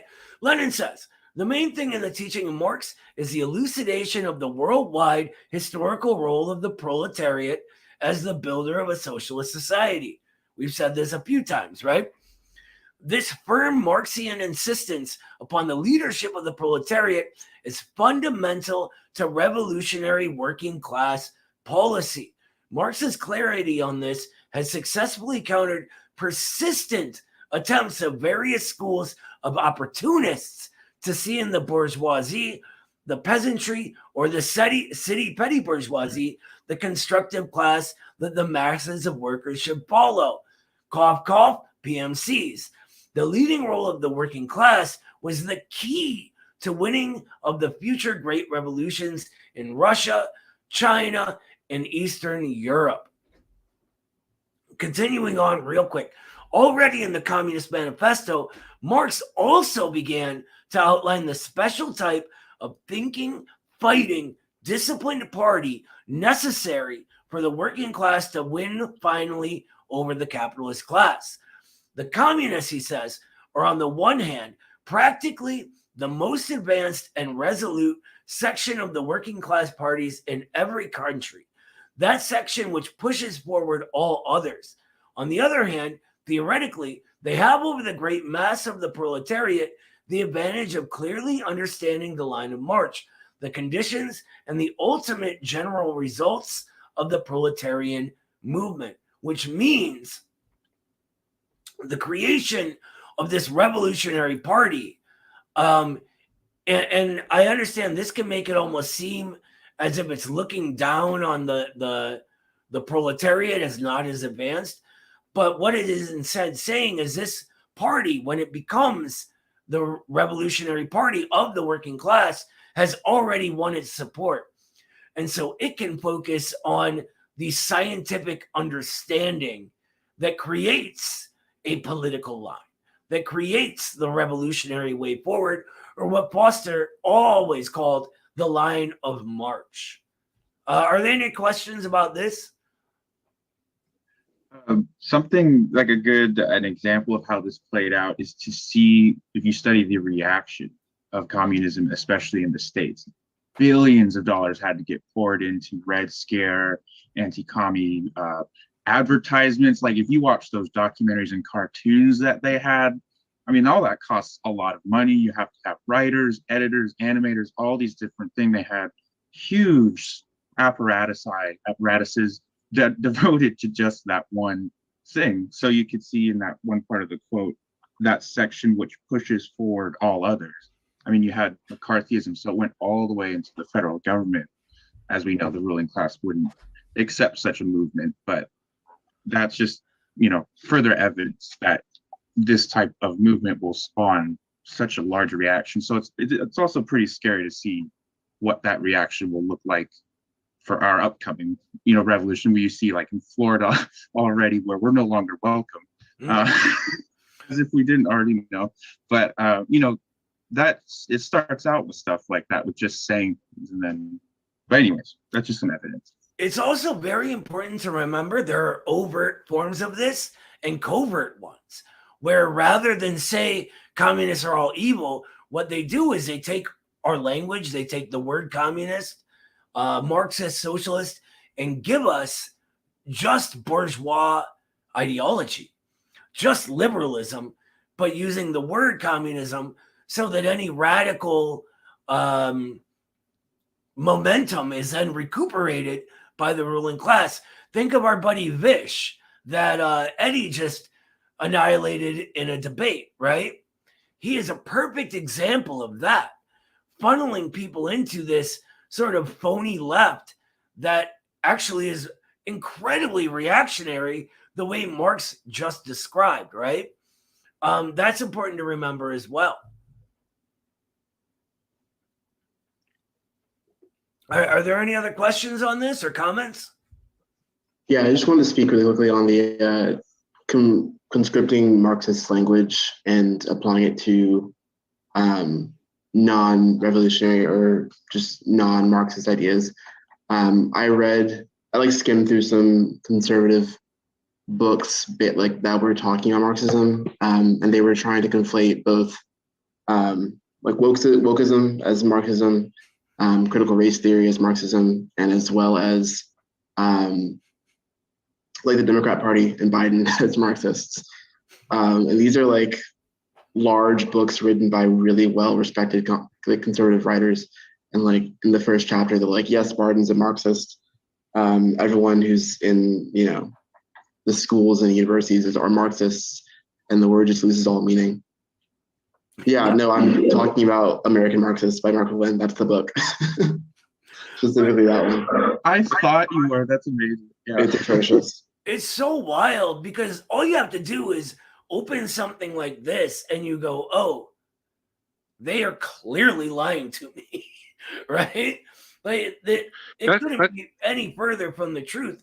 It is wild that people can just believe things. Now, that said, more and more and more and more every single day, I almost swore, I stopped myself. Every single day, people are waking up to that. People are going, let me see if this is actually what they tell me it is, and finding out it's not, right? As I often say, don't ever let anybody tell you what time it is. You can get yourself a watch. You can tell time for yourself. All of us are smart enough to pick this up and understand it. Can I say, one thing we see is like how alienable ideology can be among a mass group of people, and that really what ideology kind of comes down to is somebody's consciousness, and so collective, it's like a collective consciousness, what page everybody's on. And like, I want to give talking about understanding the different working classes and behind the proletariat, or also as the capitalism goes on, there is this thing where in the Paris Commune, where the Thiers government created the rules, which like streamline like ignorant peasant masses to politically oppose the city and come in as like militants to oppose this like really politically conscious movement in the city, which was the Paris Commune. Lenin realized this. He realized the need for an alliance between the proletariat and the peasantry. It had to be like, theoretically examined and identified. But then, from here, that's where the hammer and the sickle come from, and the alliance between the peasantry and the proletariat in Russia. But you skip forward all the way to 2020, after the Cold War, after the U.S. goes under this Cold War, and all these books are being censored, and there's no internet to come in and show what Marxism really is. You get to 2020, and there's this thing that happens in this unrest during 2020, where there's like Harvard estimates 26 million people come out to the cities, and where there's still in the city a lot more forward, like a lot more political consciousness, a lot more cultural consciousness. But yet a phenomenon occurs that wasn't even identified by any of the movement or any of the leftist movement, was that within small cities across the whole country, they also began having demonstrations. In cities they had never had this kind of thing before, but there had never been any political, small rural towns of like 4,000 people, and it kind of did it on its own. And I think what that was capitalism, removing the peasantry, removing the old feudal backward nature of it. And now has emerged what we have in capitalism that we never had before, is this rural proletariat, this rural industrial proletariat, whose class conditions like naturally align it with this progressive sentiment in the city that doesn't have to be explained ideologically, even though they all are like, they don't know what Lenin did. They don't know the significance of that. Everybody kind of just spontaneously did it, I think that's the important thing of understanding. Even after the Cold War, as class conditions, still changed as Marx predicted, we're still like kind of right here on the same page spontaneously. Something that we don't even have to theoretically identify, like Lenin had to, I guess, where these people are going to be more susceptible to being explained Marxist because of their how the rural towns have been proletarized, been turning from peasant to proletariat, I guess. I think that's absolutely brilliant, brother. And here's one more contributing factor. I just want to piggyback on that because it was so good. One of the biggest ways our ruling class has kept us from doing just this has been racism, right? A lot of those rural towns wouldn't have ever spontaneously rose up for a black man in the past. But after the political revolution of the civil rights movement, that barrier begins eroding. Now, our general form of social interaction is one not of racism, not of overt racism, but of the American people being closer together than ever, more the American people rather than divided communities than ever, and less racist than ever in our history.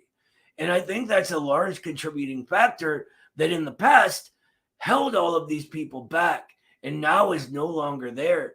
And the last thing I'll say on it, the job of a communist party is to go and organize these, to make sure any of these spontaneous movements of the working people, of the proletariat and reproletariat in our circumstance, doesn't fizzle out.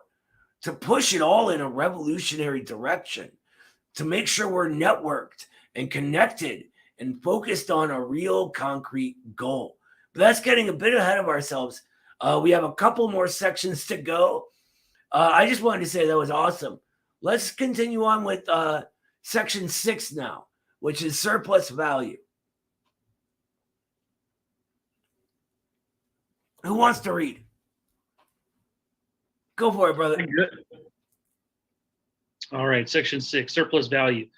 In the early progressive stage of capitalism, the bourgeois economists, Adam Smith, David Ricardo, John Stuart Mill, and many others, made much sound analysis of that system, but they could not face up to the revolutionary realities of where capitalism was heading. And in later generations, bourgeois economics degenerated eventually into little better than superficial apologetics for capitalism. As we all see right now, right? It remained for Marx, the giant of all economists, to drive home the economic analysis to its revolutionary conclusions. Especially in his great 3-volume work, Capital, Marx made a profound analysis of the capitalist system.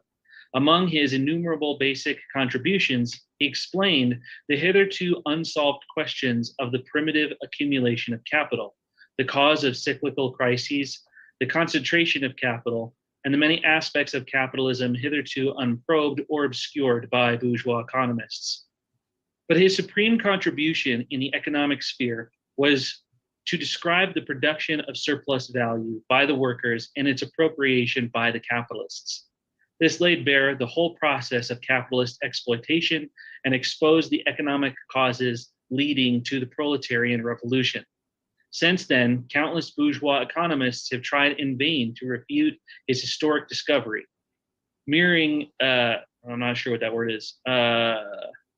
This sums up the central. It's marrying, by the way. Marrying, okay, gotcha. I was wondering if that was a typo. No, marrying no, thus there you go. Marrying thus sums up this central phase of Marxist theory. And I can keep reading if you want me to. I think so, yeah, because we're really building to something here. Go for it. The real source of capitalist wealth was revealed for the first time in the first volume of Capital.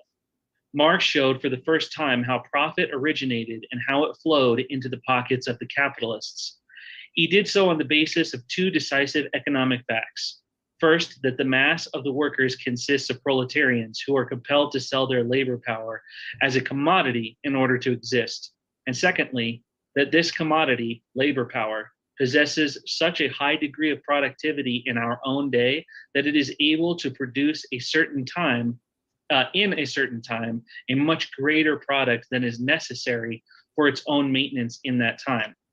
These 2 purely economic facts, representing the result of objective historical development, cause the fruit of the labor power of the proletarian to fall automatically into the lap of the capitalist and to accumulate with the continuance of the wage system into ever-growing masses of capital. All right, now let's go into this a little bit in more basic terms. Surplus value.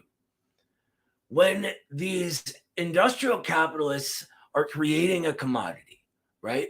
They must own the means of production, obviously, and purchase materials, right? Within all of these materials to create the commodity that they want to sell is what he just called labor power, right? Or the work.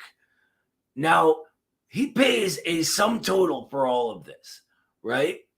The commodity that he creates is higher than that entire total, right? So the difference between the value of that commodity realized in currency, or what we call the commodity form, and what he pays for the wages is what we call surplus value. It's the value over and above what it took to create that thing, and the wages that pay the workers for that labor. So that labor is what's creating value itself, what is adding new value into the equation, right? Where there are all kinds of value already there within the materials, and then the labor is the only thing adding more value to it than everything else. One question or one sort of thought I had about that is the surplus value. The idea of true cost economics and how that kind of plays in, because I think you do have like the cost of the materials and everything for the production, and then you have the labor value going in. But certainly in our modern system, it's certainly, I think at the time of industrialization, there's also costs that are never paid by anyone, like the environmental costs. You know, if your factory pollutes a river, that really doesn't increase your cost of production or of labor, but it's a cost that has to get paid somewhere. And it's also a value that's absorbed, right? In fact, polluting often makes it cheaper for them. They're polluting because it's cheaper to produce in that polluting way than it would be to update their equipment with modern, more environmentally friendly standards, etc. Or they're, dumping hazardous waste. Cleveland, the city I'm from, is famous because our main river was so polluted that it caught on fire. And that's because it was cheaper for them to produce in this way that created all of these negative effects felt by all of society than it was in a cleaner way that wouldn't have done that. We literally have everything here called Burning River this, Burning River that, because of that. And that's a really good point to add. So thank you for that. Does anyone have any questions about surplus value, though? I didn't have a question, but I had something to say about surplus value. Sure. My senior year during my seminar course, we actually read a little bit of Capital where surplus value is talked about and the formulas, MCM and all those are brought up. And I would recommend that if you're going to talk with anybody that's either apprehensive or just unaware of what Marxism is, surplus value is a fantastic place to start from, simply with asking them, how do you get from a lemonade stand or a coffee stand to a coffee shop? How do you generate that wealth or generate that capital to get there? And then once someone understands that, they can just see it for every type of business they encounter. So when you I haven't really read Gramsci, but I think he calls it like those kernels or something like that. You tap into. Surplus value is a great subject for that. Their kernels that we re-articulate, right, in the direction of socialism and class consciousness. And to answer the question that you just absolutely brilliantly raised, brother, what do they do to go from that small coffee stand to a giant coffee shop and conglomerate? They pay other people less than they're bringing in and getting rich off them doing the work instead, right? I often put it like this.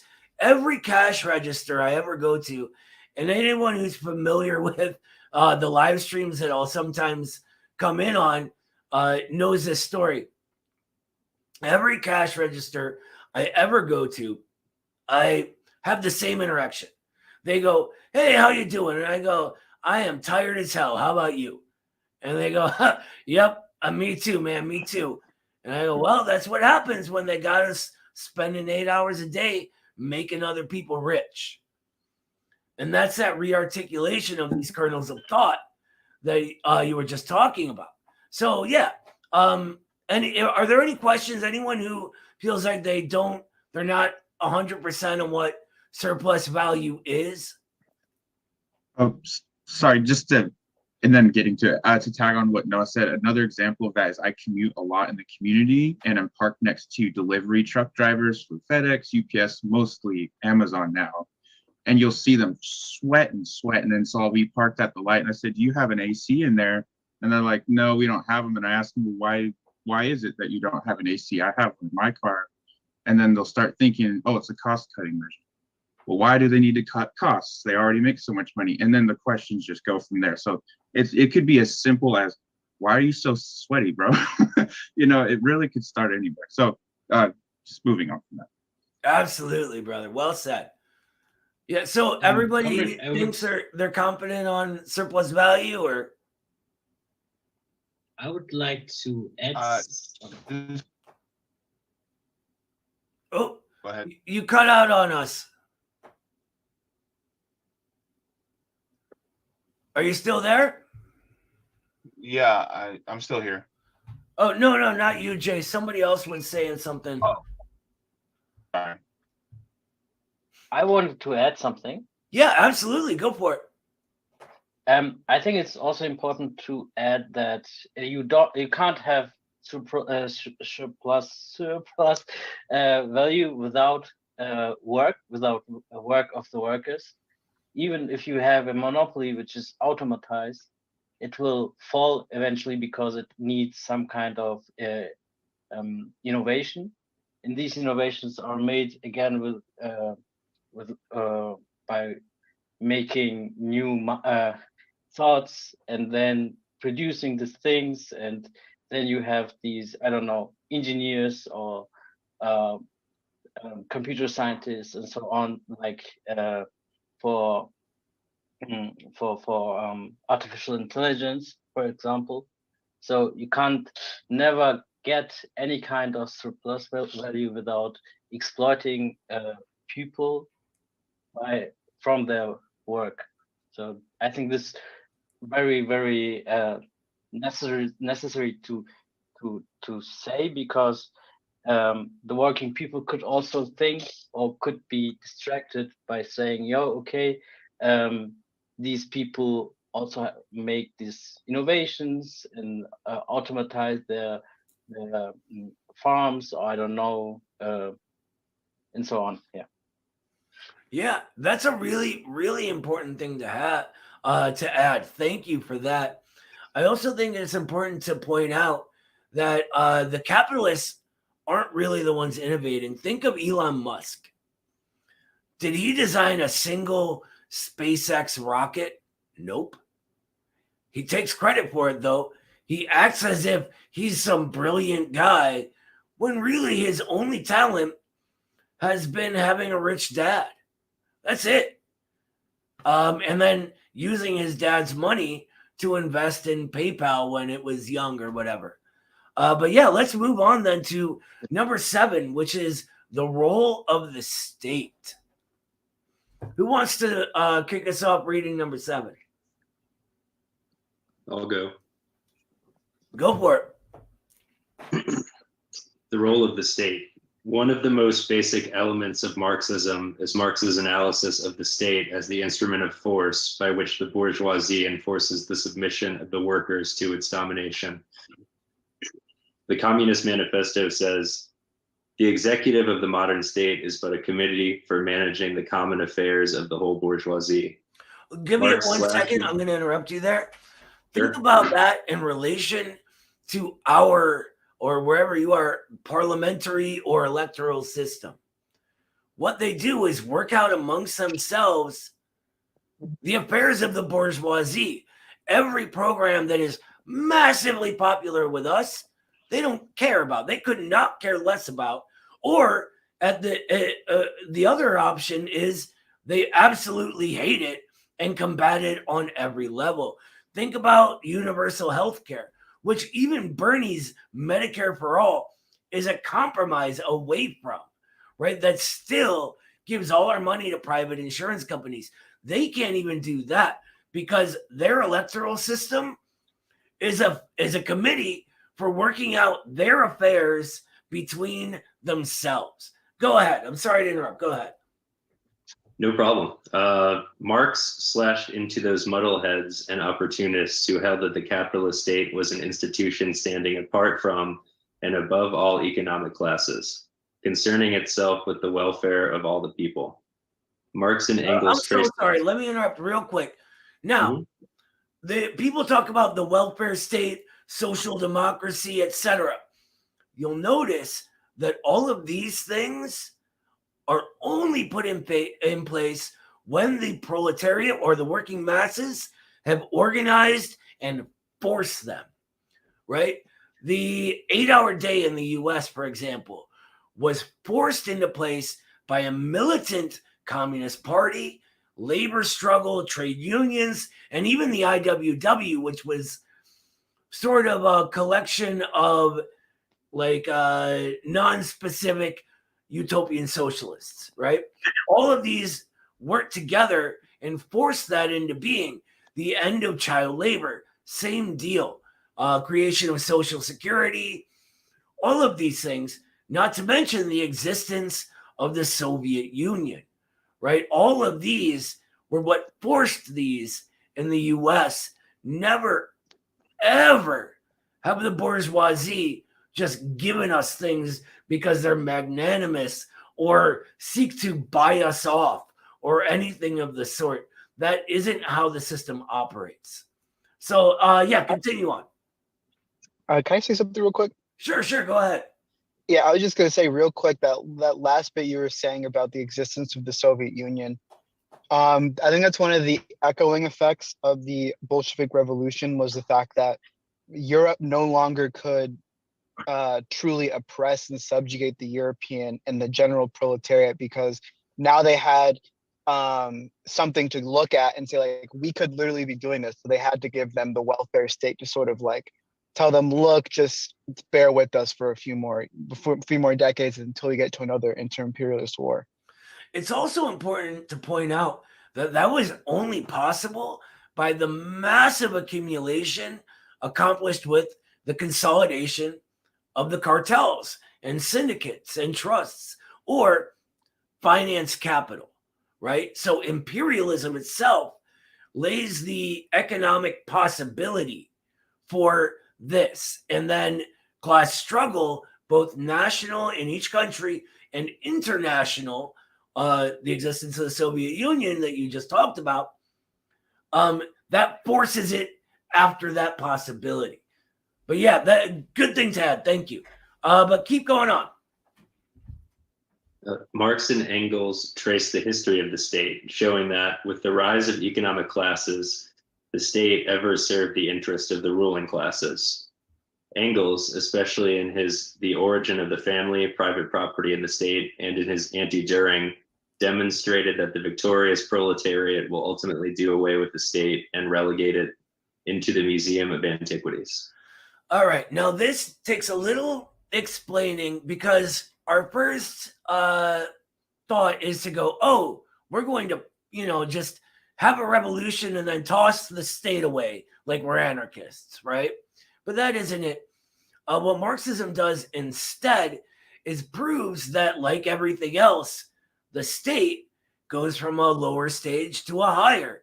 It develops and then undevelops. And the development of property and the creation of classes, that alienation we talked about all the way back at the beginning, this is a driving factor in that process. It's called the withering away of the state because it is a very long, drawn-out process, and it's not in a straight line where we just go, okay, today we're going to shrink the state by X amount. That's not how things work, right? The proletariat must build itself a state that functions in the interests of the proletariat, the dictatorship of the proletariat, right? And after this, after we win the class struggle, right? This is when the state can wither away and become, and it no longer have a political character to it, which means there is no more class struggle to be had, right? The proletariat itself develops fully and overtakes the bourgeoisie, who have undeveloped by this time. And the state transforms into just the administration of things for the people, right? In the Soviet Union, Nikita Khrushchev had a theory he called the state of the whole people. Now, it was ultimately wrong, but it was based on the notion that class struggle in the Soviet Union was over, right? That everyone had proletarianized. Clearly that wasn't the case, but that's neither here nor there. This is the process we're talking about happening. He had sort of the basics right, but got his conclusions wrong. Any questions on this? What you just said is such a great, I don't know, culmination of how people talk about communist China, because I feel like some, especially you see it in leftist circles, leftists just like want there to be a socialism button where like you just press it and all of a sudden society is in this ideal state. But that even is very anti-materialist because China itself is coming from basic feudalism, right? They had warlords. And to go from there to where they are now, you can't just be ideally dreaming of like socialism. It takes very hard work and a lot of suffering to achieve the proper dictatorship of the proletariat. 100%. And this is why Lenin, in the quote earlier, said that this isn't a straight line. It's a spasmodic, catastrophic, revolutionary transition that goes in spirals, right? That goes around and around, bigger, smaller, whatever the class interests necessitate, right? And that, all of that is the entire overarching process. Can I say, you know, what kind of makes a state is its ability to coerce. You know, it's like a socioeconomic discipline, and what keeps that coercion from wearing down, that physical coercion from wearing down, is like, you know, hegemony, being able to keep people from trying to wear it down. You know, by, you know, it's practical to use, like, I guess psyop would be the word to use, to keep people from away from wearing down that coercion. And you know, with this, you know, in capitalism, capitalist ownership, and this kind of goes back to surplus value, is it doesn't have a productive place. All it has is a political place. It's only a state policy that keeps it here. And so that's why capitalists are constantly having to push political measures to maintain their state. That's why you would see, you know, liberals be like, no, or the Democrat Party be like, no, we don't need to defund the police. You know, we just need to get rid of Trump, because that's what their financial support. You know, they don't need their police going away, because then they can lose their political hegemony. And with this being said, this is how imperialism kind of forms, is that or at least like colonialism and expansionism. Oh, we lost you, brother. That coercion relies on things like military and prisons, you know. And so that's like the private military industrial complex. Oh, am I out? Am I still there? You're Can you hear me? Yeah. Go ahead. Am I back? Okay. Like, it's privately owned, and so there, you know, in one,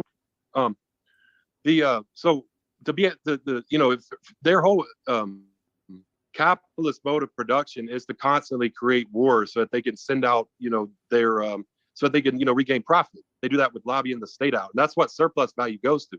This is, you know, the working class has no interest in expanding its state territory. It doesn't. The proletariat has no interest in forcing socialism on another country like the capitalists do, forcing capitalism on another country. Because like smoke a cigar, and own the production value of everybody here in Canada and in, you know, Asia and Africa. And whereas a worker, you know, if they say they only own a field, if they go own land in another place, they can't go work that land. You know, that would be impractical. And so this is kind of why empires exist and why colonialism exists, is that there's a oh, you cut out again, brother. A class interest among that strictly political. Okay, I was just gonna say, like, colonialism itself is a political dominance over material resources, and it does this by any way that facilitates this. And like Nazis are crossing their border, right? And then, you know, that's why you don't see China actually like drone striking people so that they can carry out, you know, certain deals, is because there's no class interest in the proletariat to do such things. Whereas here, it's like, oh, we have political opposition to us taking their resources. We have to remove that political opposition. And that's what this deadweight capitalist ownership actually provides to society, is imperialism, is an expansion of resources, or expansion of political domination over the world. Precisely, brother. Well said. And this is just more evidence that our forces of production have outmoded the relations of production. That The reason all of us are here together is because that's happening, and it's forcing us into motion. It's creating the impetus for us to make the decisions to be here, to figure this out so that we can fight, not because we want to, but because we need to. Very well said. With that being said, though, let's move on to section 8, which I believe is the last section. Yeah, and actually, we don't even really need to go into 8 for the whole thing. We will, though.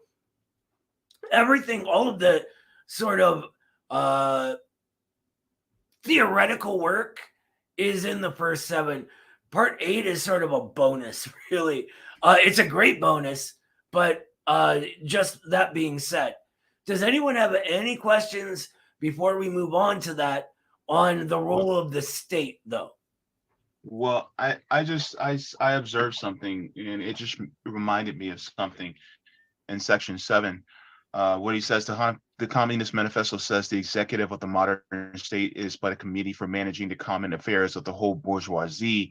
That reminds me of a meme that I saw. Of course, it always goes back to a meme, but the meme I saw was basically of a pyramid. And at the top of the pyramid was you have, of course, the king on one side of the pyramid, as far as in feudalism. But on the opposite side, you have the central bank, the central bankers. And then you have, lower than them, then you have like the lords, and then you have the big banks and things like that. But right in the middle of that pyramid was actually the class of people who run the nation.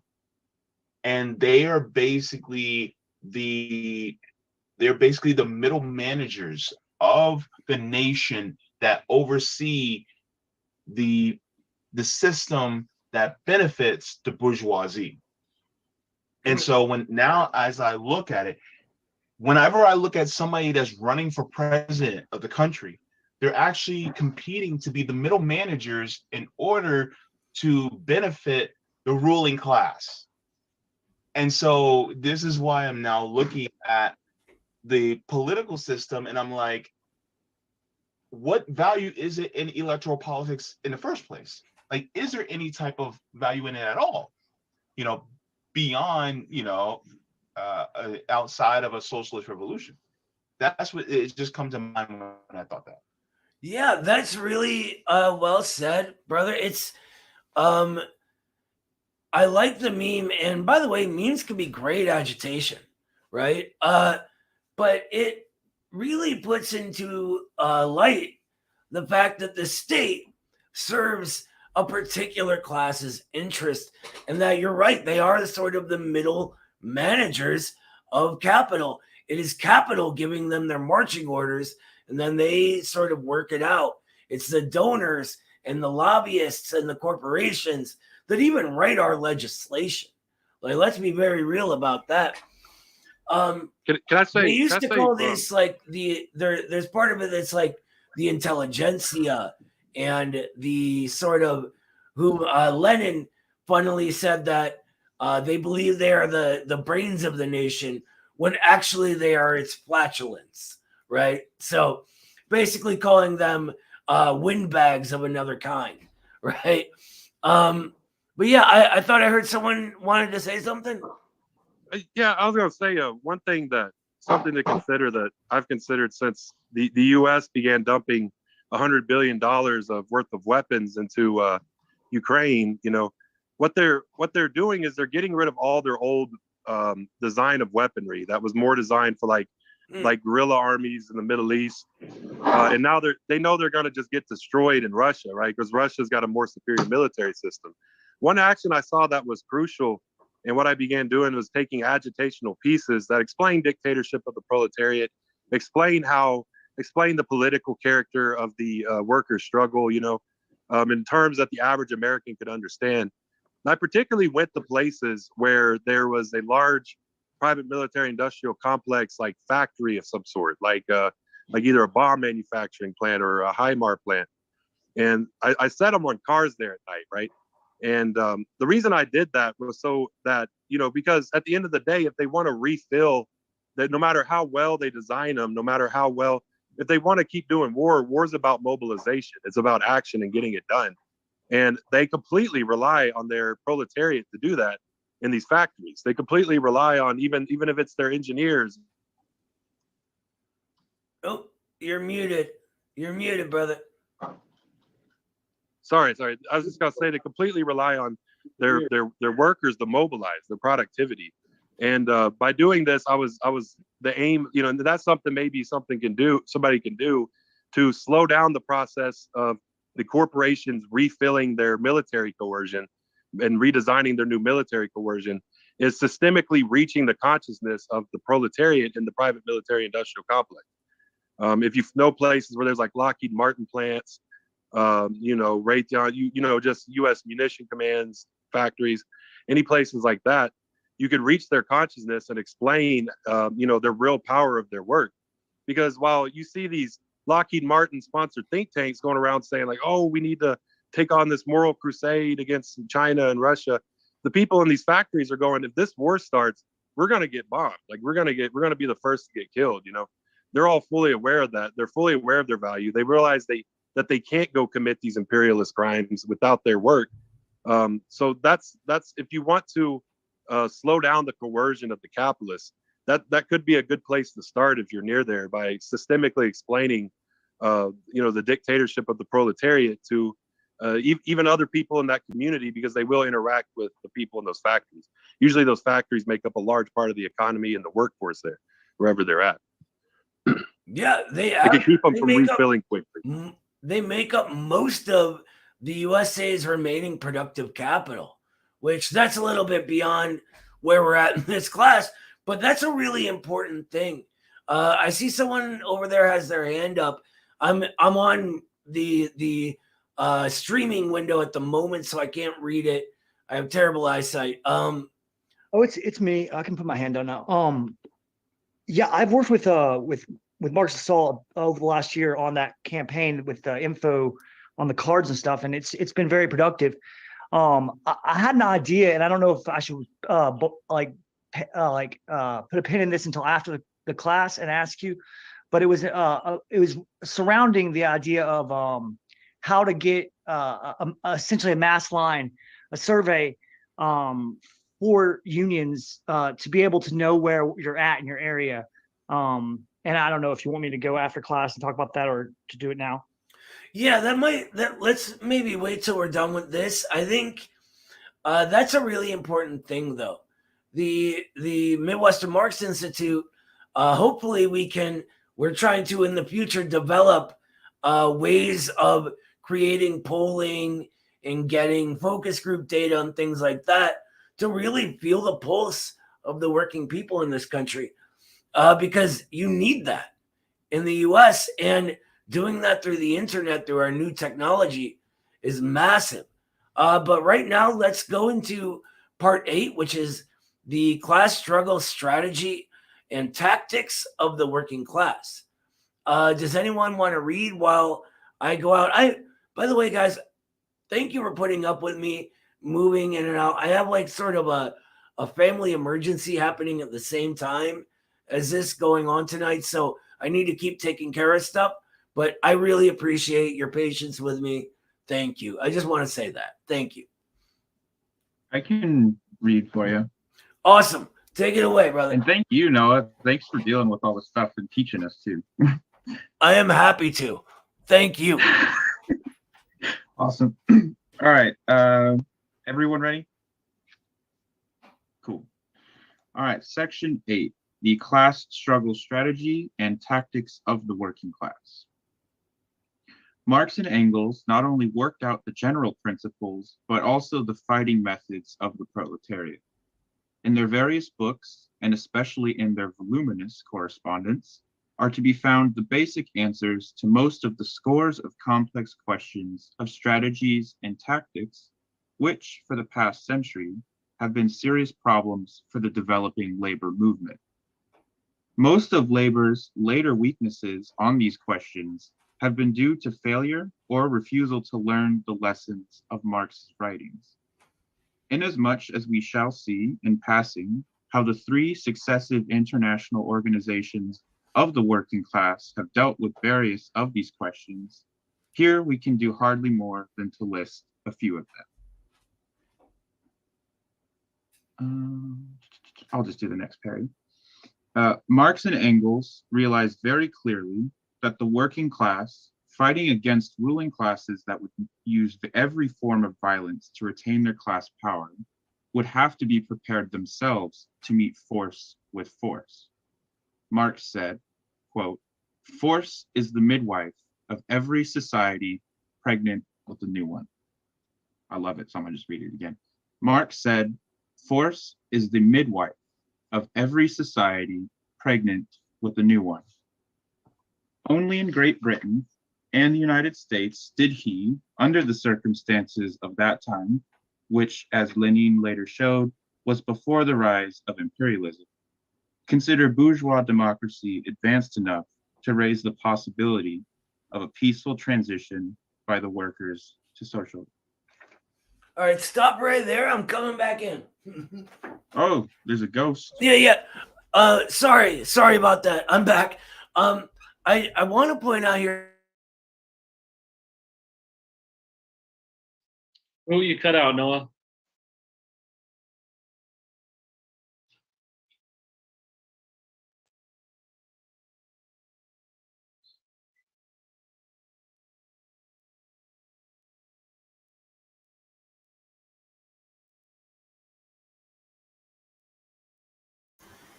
Noah, you're muted.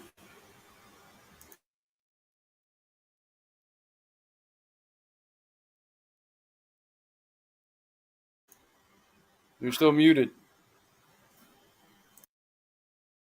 I can hear you. You're good. We can hear you. Yeah.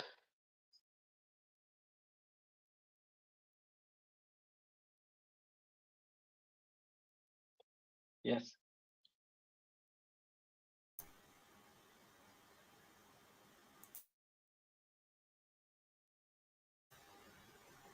Noah, you're muted.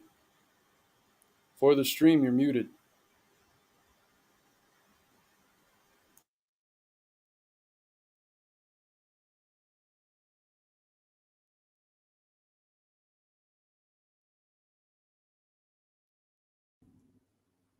Okay, how about now? Am I good now, brother? Yes. Okay. So, Marx, okay, to start over, we are always asked about the question of violence. We are revolutionaries after all. And when people think about revolution, they think about a violent overthrow of one thing for another. Now, there's two uses of this word. Revolution, in a scientific sense, is the transition of one thing into another thing, right? It is the full revolution turning around of a thing. It actually comes from the Copernican revolution in science and the study of space and planets, etc. Now, politically, this is a full change from the old system to the new. And what Marx is saying here is that force has always been the means by which the new system comes into being, because the old system reacts violently to defend itself and its class interests. He notes, however, that in Britain and the USA, this might not be the case, that they may accomplish a new way. Now, when we get to Lenin, Lenin explains how that possibility went away with imperialism. But it raises the question. It is always a possibility, right? In a new era, could there be a peaceful transition? Possibly. Could there not be? Possibly. But as communists, we never advocate adventurism. We never advocate violence. When violence comes for us, when a fight comes to us, we are ready for it. I don't ever throw the first punch. I don't start a fight, but I will goddamn well finish one. And that is sort of the encapsulation of the proletariat.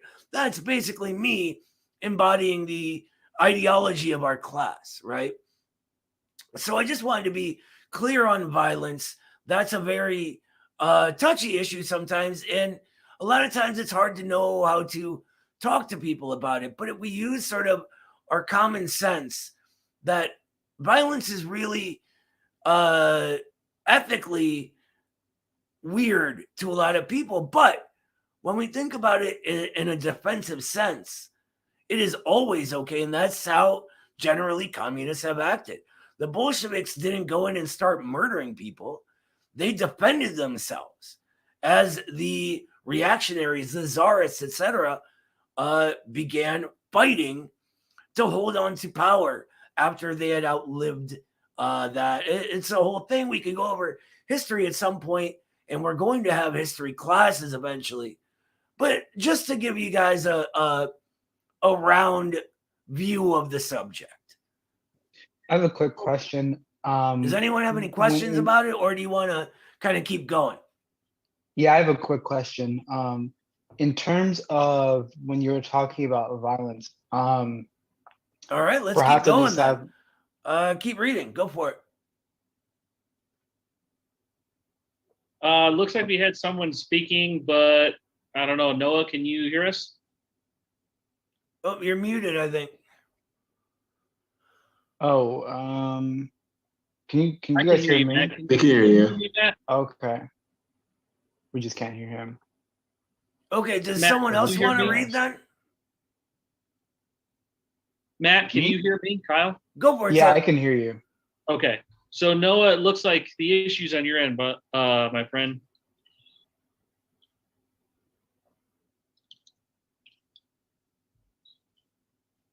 Let's see. If everyone Matt, can hear or me, and anybody. read it. Is it just me that I can't hear you guys? Did something mess Yes. up when my mic came unplugged? Could be. Do me a favor, Kyle. Say something for me. Check, check. Oh, yeah, I can't hear anything. Lovely. Gotta love this technology, right? Ooh. All right, how about this? We're on our bonus section now. So why don't I just read through it and we'll go from there, because, and then after that, I'll come back in and we'll just talk, just the class and me when the stream is done. Does that sound good to you guys? All right, awesome. Now, I don't remember exactly where we were, but it is the third paragraph of the section. I'm trying. Oh, here we go. He can't hear me. Marx and Engels, while realizing the necessity of the working class and making temporary alliances with other classes with whom its interests coincided at the time, remember the Worker Peasant Alliance, for example, or parentheses, even with the bourgeoisie in the struggle against feudalism or against an imperialist invader, laid the greatest stress upon the fundamental necessity of the workers having their own distinct class organizations and policies. That means the right opportunist line that the Democrats are somehow harm reduction is not a Marxist line, right? Because of the class character of the proletariat and what its interests represent, it needs its own political organizations. We can't just run around saying these bourgeoisie are good enough. They are not. These bourgeoisie exploit and oppress just like the rest of them. Anyway, a basic lesson in which the labor movements in many countries, notably the United States, have by no means fully learned yet. Another problem that has plagued the labor movement for a century is how to establish the correct relationship between the struggle for the workers' immediate demands and the struggle for the establishment of socialism. But Marx, in the Communist Manifesto, gave a clear line for this in his basic statement that the communists fight for the attainment of the immediate aims for the enforcement of the momentary interests of the working class. But in the movement of the present, they also represent and take care of the future of that movement, which means we don't sell out the entire thing for a temporary concession. We don't pick either long-term or short-term. There is a way to struggle that includes both. There always is, as proved by the successful revolutions in history, right? Marx understood very well, although in his writings he did not develop it at great length, the vital question of the role of the peasantry as potential allies of the revolutionary working class.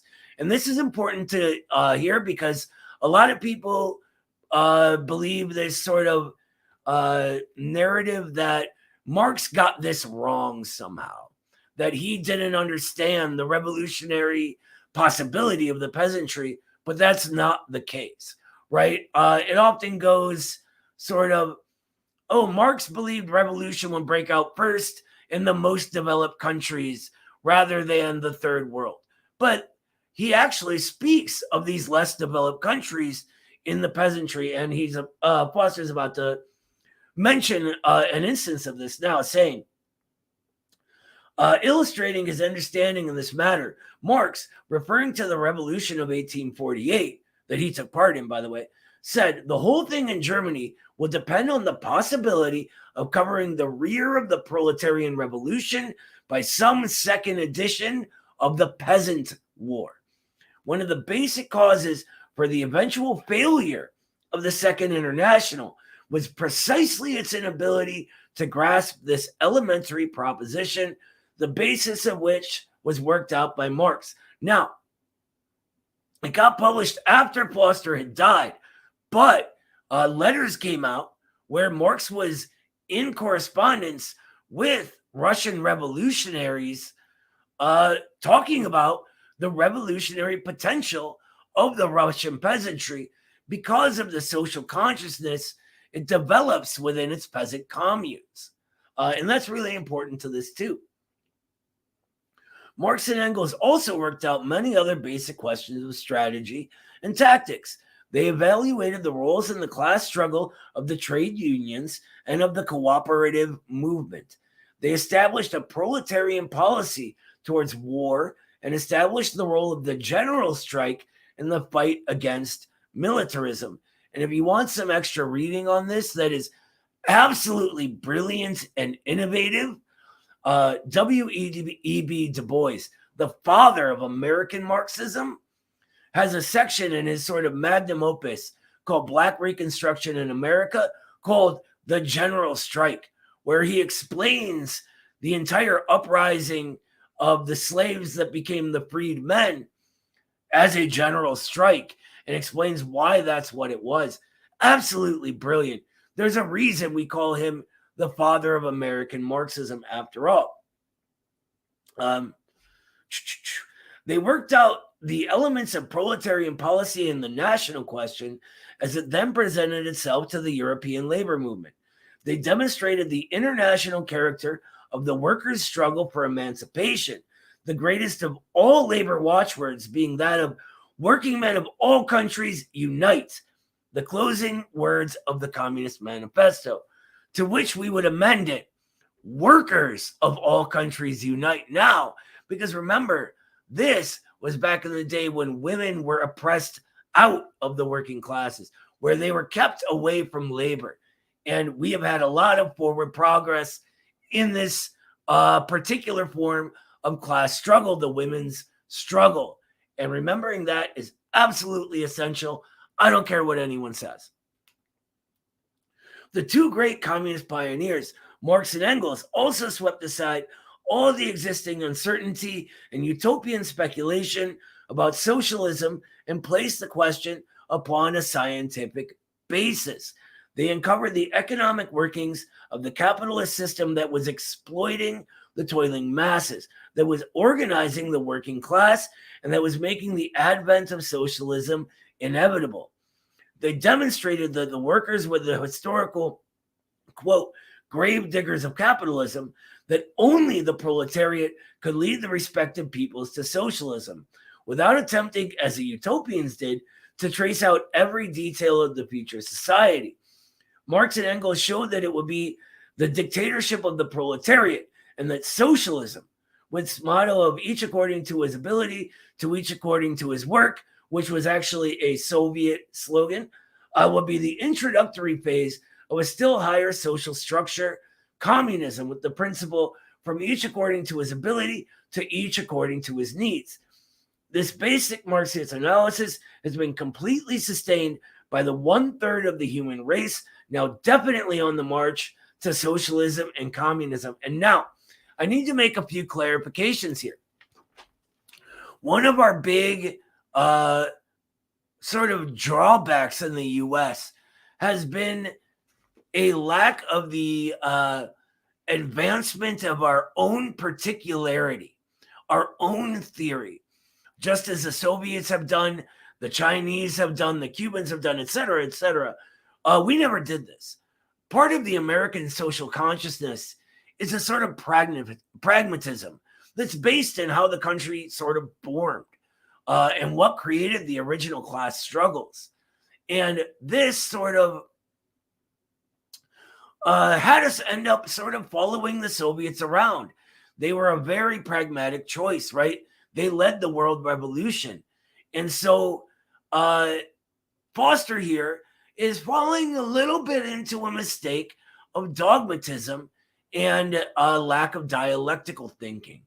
He's talking about already worked out slogans and phrases when he was just actually talking about how Marx and Engels sort of overcame those notions, right? That, anyway, we'll get into all this. That's a little advanced. It'll come in the next following classes. And if you have any questions about it, write them down.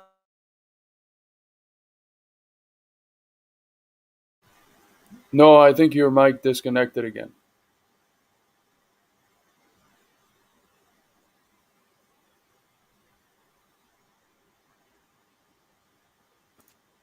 Hello?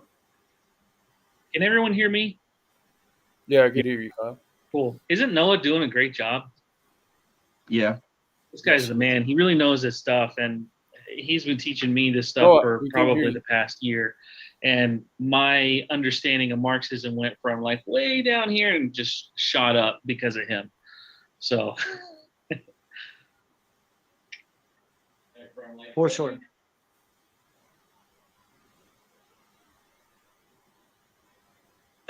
Check. There we go. All right. Let me, We have Can you hear me, two Noah? questions here, and we have two I don't think you questions can. here in That's okay. the chat, Noah. So I don't know Okay, if why wanna don't get you, them can you done. read them loud for me, brother? Yes. One of them comes from James Starks. He said, "Would anyone in this chat consider enslaved Africans as being part of the working class?" I replied in the live that Du Bois would.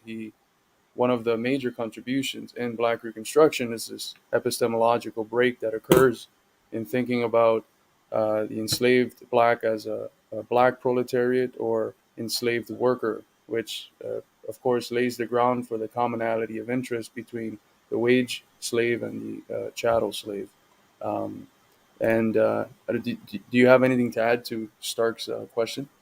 The only thing I would add to that, because Carlos just answered it brilliantly, is that this is a continuation of Marx's own work on the question, which is pretty detailed.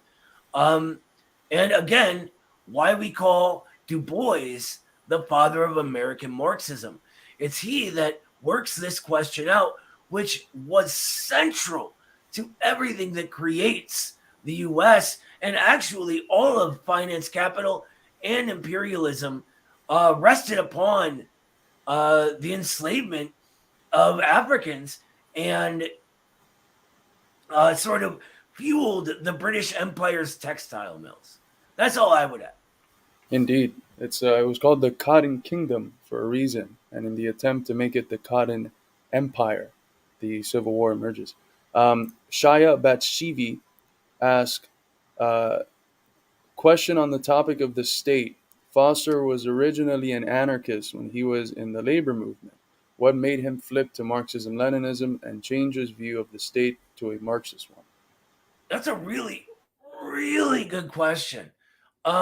He was a syndicalist because he came out of the steel unions which had a ton of syndicalists working within it. You know what flipped him was meeting Lenin. The Great Steel Strike of 1919 was something that the early American Communist Party was not in support of. And Foster went to Lenin. And Lenin wrote letters to the Communist Party saying, "What are you doing? Support Foster in his steel strike. Are you crazy?" And actually, Foster was already part of what was called the Profintern, which was sort of like the Comintern or Communist International for trade unions, right? And within this, he knew a bunch of communists already, but he knew Earl Browder, who was another leader of the Communist Party back then. And eventually there's a bunch of controversy, which we can get into another time with him. But he is who sponsored Foster to join the party in the first place. Now, Browder, during these controversies, attempted to liquidate the Communist Party.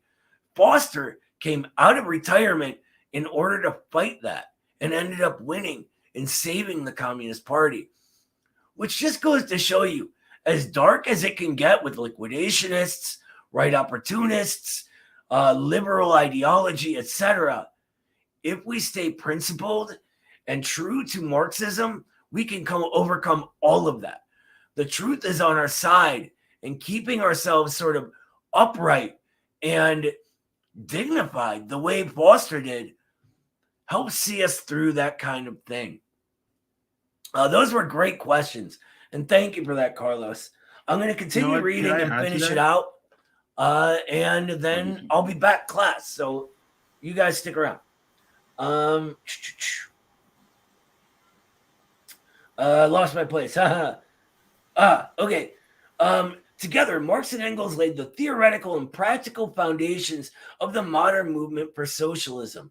Marx was the more towering genius of the two, but Engels was also a theoretician of extraordinary stature. Their collaboration was so close that it was impossible to distinguish the precise authorship of respective features of Marxism. That's very true, by the way. Engels was very generous in conceding credit to Marx. Among many such expressions, he said that, quote, "the basic ideas of the manifesto belong entirely and solely to Marx." And again, he said, "These two great discoveries, the materialist conception of history and the revelation of the secret of capitalist production through surplus value, we owe to Marx. With these discoveries, socialism became a science." Engels, besides his collaboration with Marx, personally produced several very valuable books, classics of socialism, including Anti-Düring, which Lenin calls a handbook for all class-conscious workers. He also performed the gigantic task after Marx's death of working up Marx's mountain of notes into the second and third volumes of Capital. Lenin thus evaluates Engels. After his friend Karl Marx, who died in 1883, Engels was the most remarkable scientist and teacher of the modern proletariat in the whole civilized world. And that's the end of the essay. I want to thank everybody who tuned in to watch live, who may be watching this in a recorded version. Thank you guys so much for joining us and for learning with us. And feel free, if you have any questions at all, contact the Institute, contact me on Twitter or through email, or through our website itself, midwesternmarx.com. And that's going to wrap it up. I'm not sure. I think Carlos might have been planning a stream for later tonight. So if you guys like watching the live streams, stick around because those that'll be happening. I'm not sure if Eddie's joining him. I've had a long day today. So yeah. Are you still doing that, brother? Yes, Eddie and I will be streaming at 9 p.m. tonight, Central Time, so 10 p.m. Eastern Time. And tomorrow, look out for our interview with Dr. Anthony Monteiro at 7 p.m. Eastern Time, so 6 p.m. Central Time. We're going to be talking about the legacy of the great Paul Robeson. We're also going to be talking about W.B. Du Bois and some other contemporary events in politics. So look out for that tomorrow at 7 p.m. Eastern Time. Yeah, they just had, so Dr. Montero runs the Free School for Black Liberation and Philosophy. And they just had a giant event because it was Paul Robeson's birthday in Chicago that I really wish we would have been able to attend.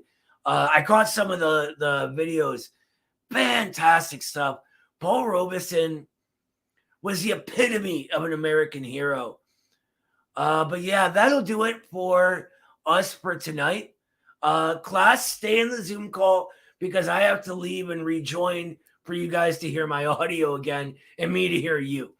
So I'll be right back. And for everybody watching live, again, thank you so much. Don't forget to like and subscribe. I know it's corny to say, but it genuinely helps the Institute fight the throttling we get with the algorithmic suppression and censorship. So please do that for us. And we will see you next time for class 3 of the basics of Marxism, which is another read-along class, an essay by Lenin called The 3 Sources and 3 Components of Marxism. Have a great night, everybody. Take care.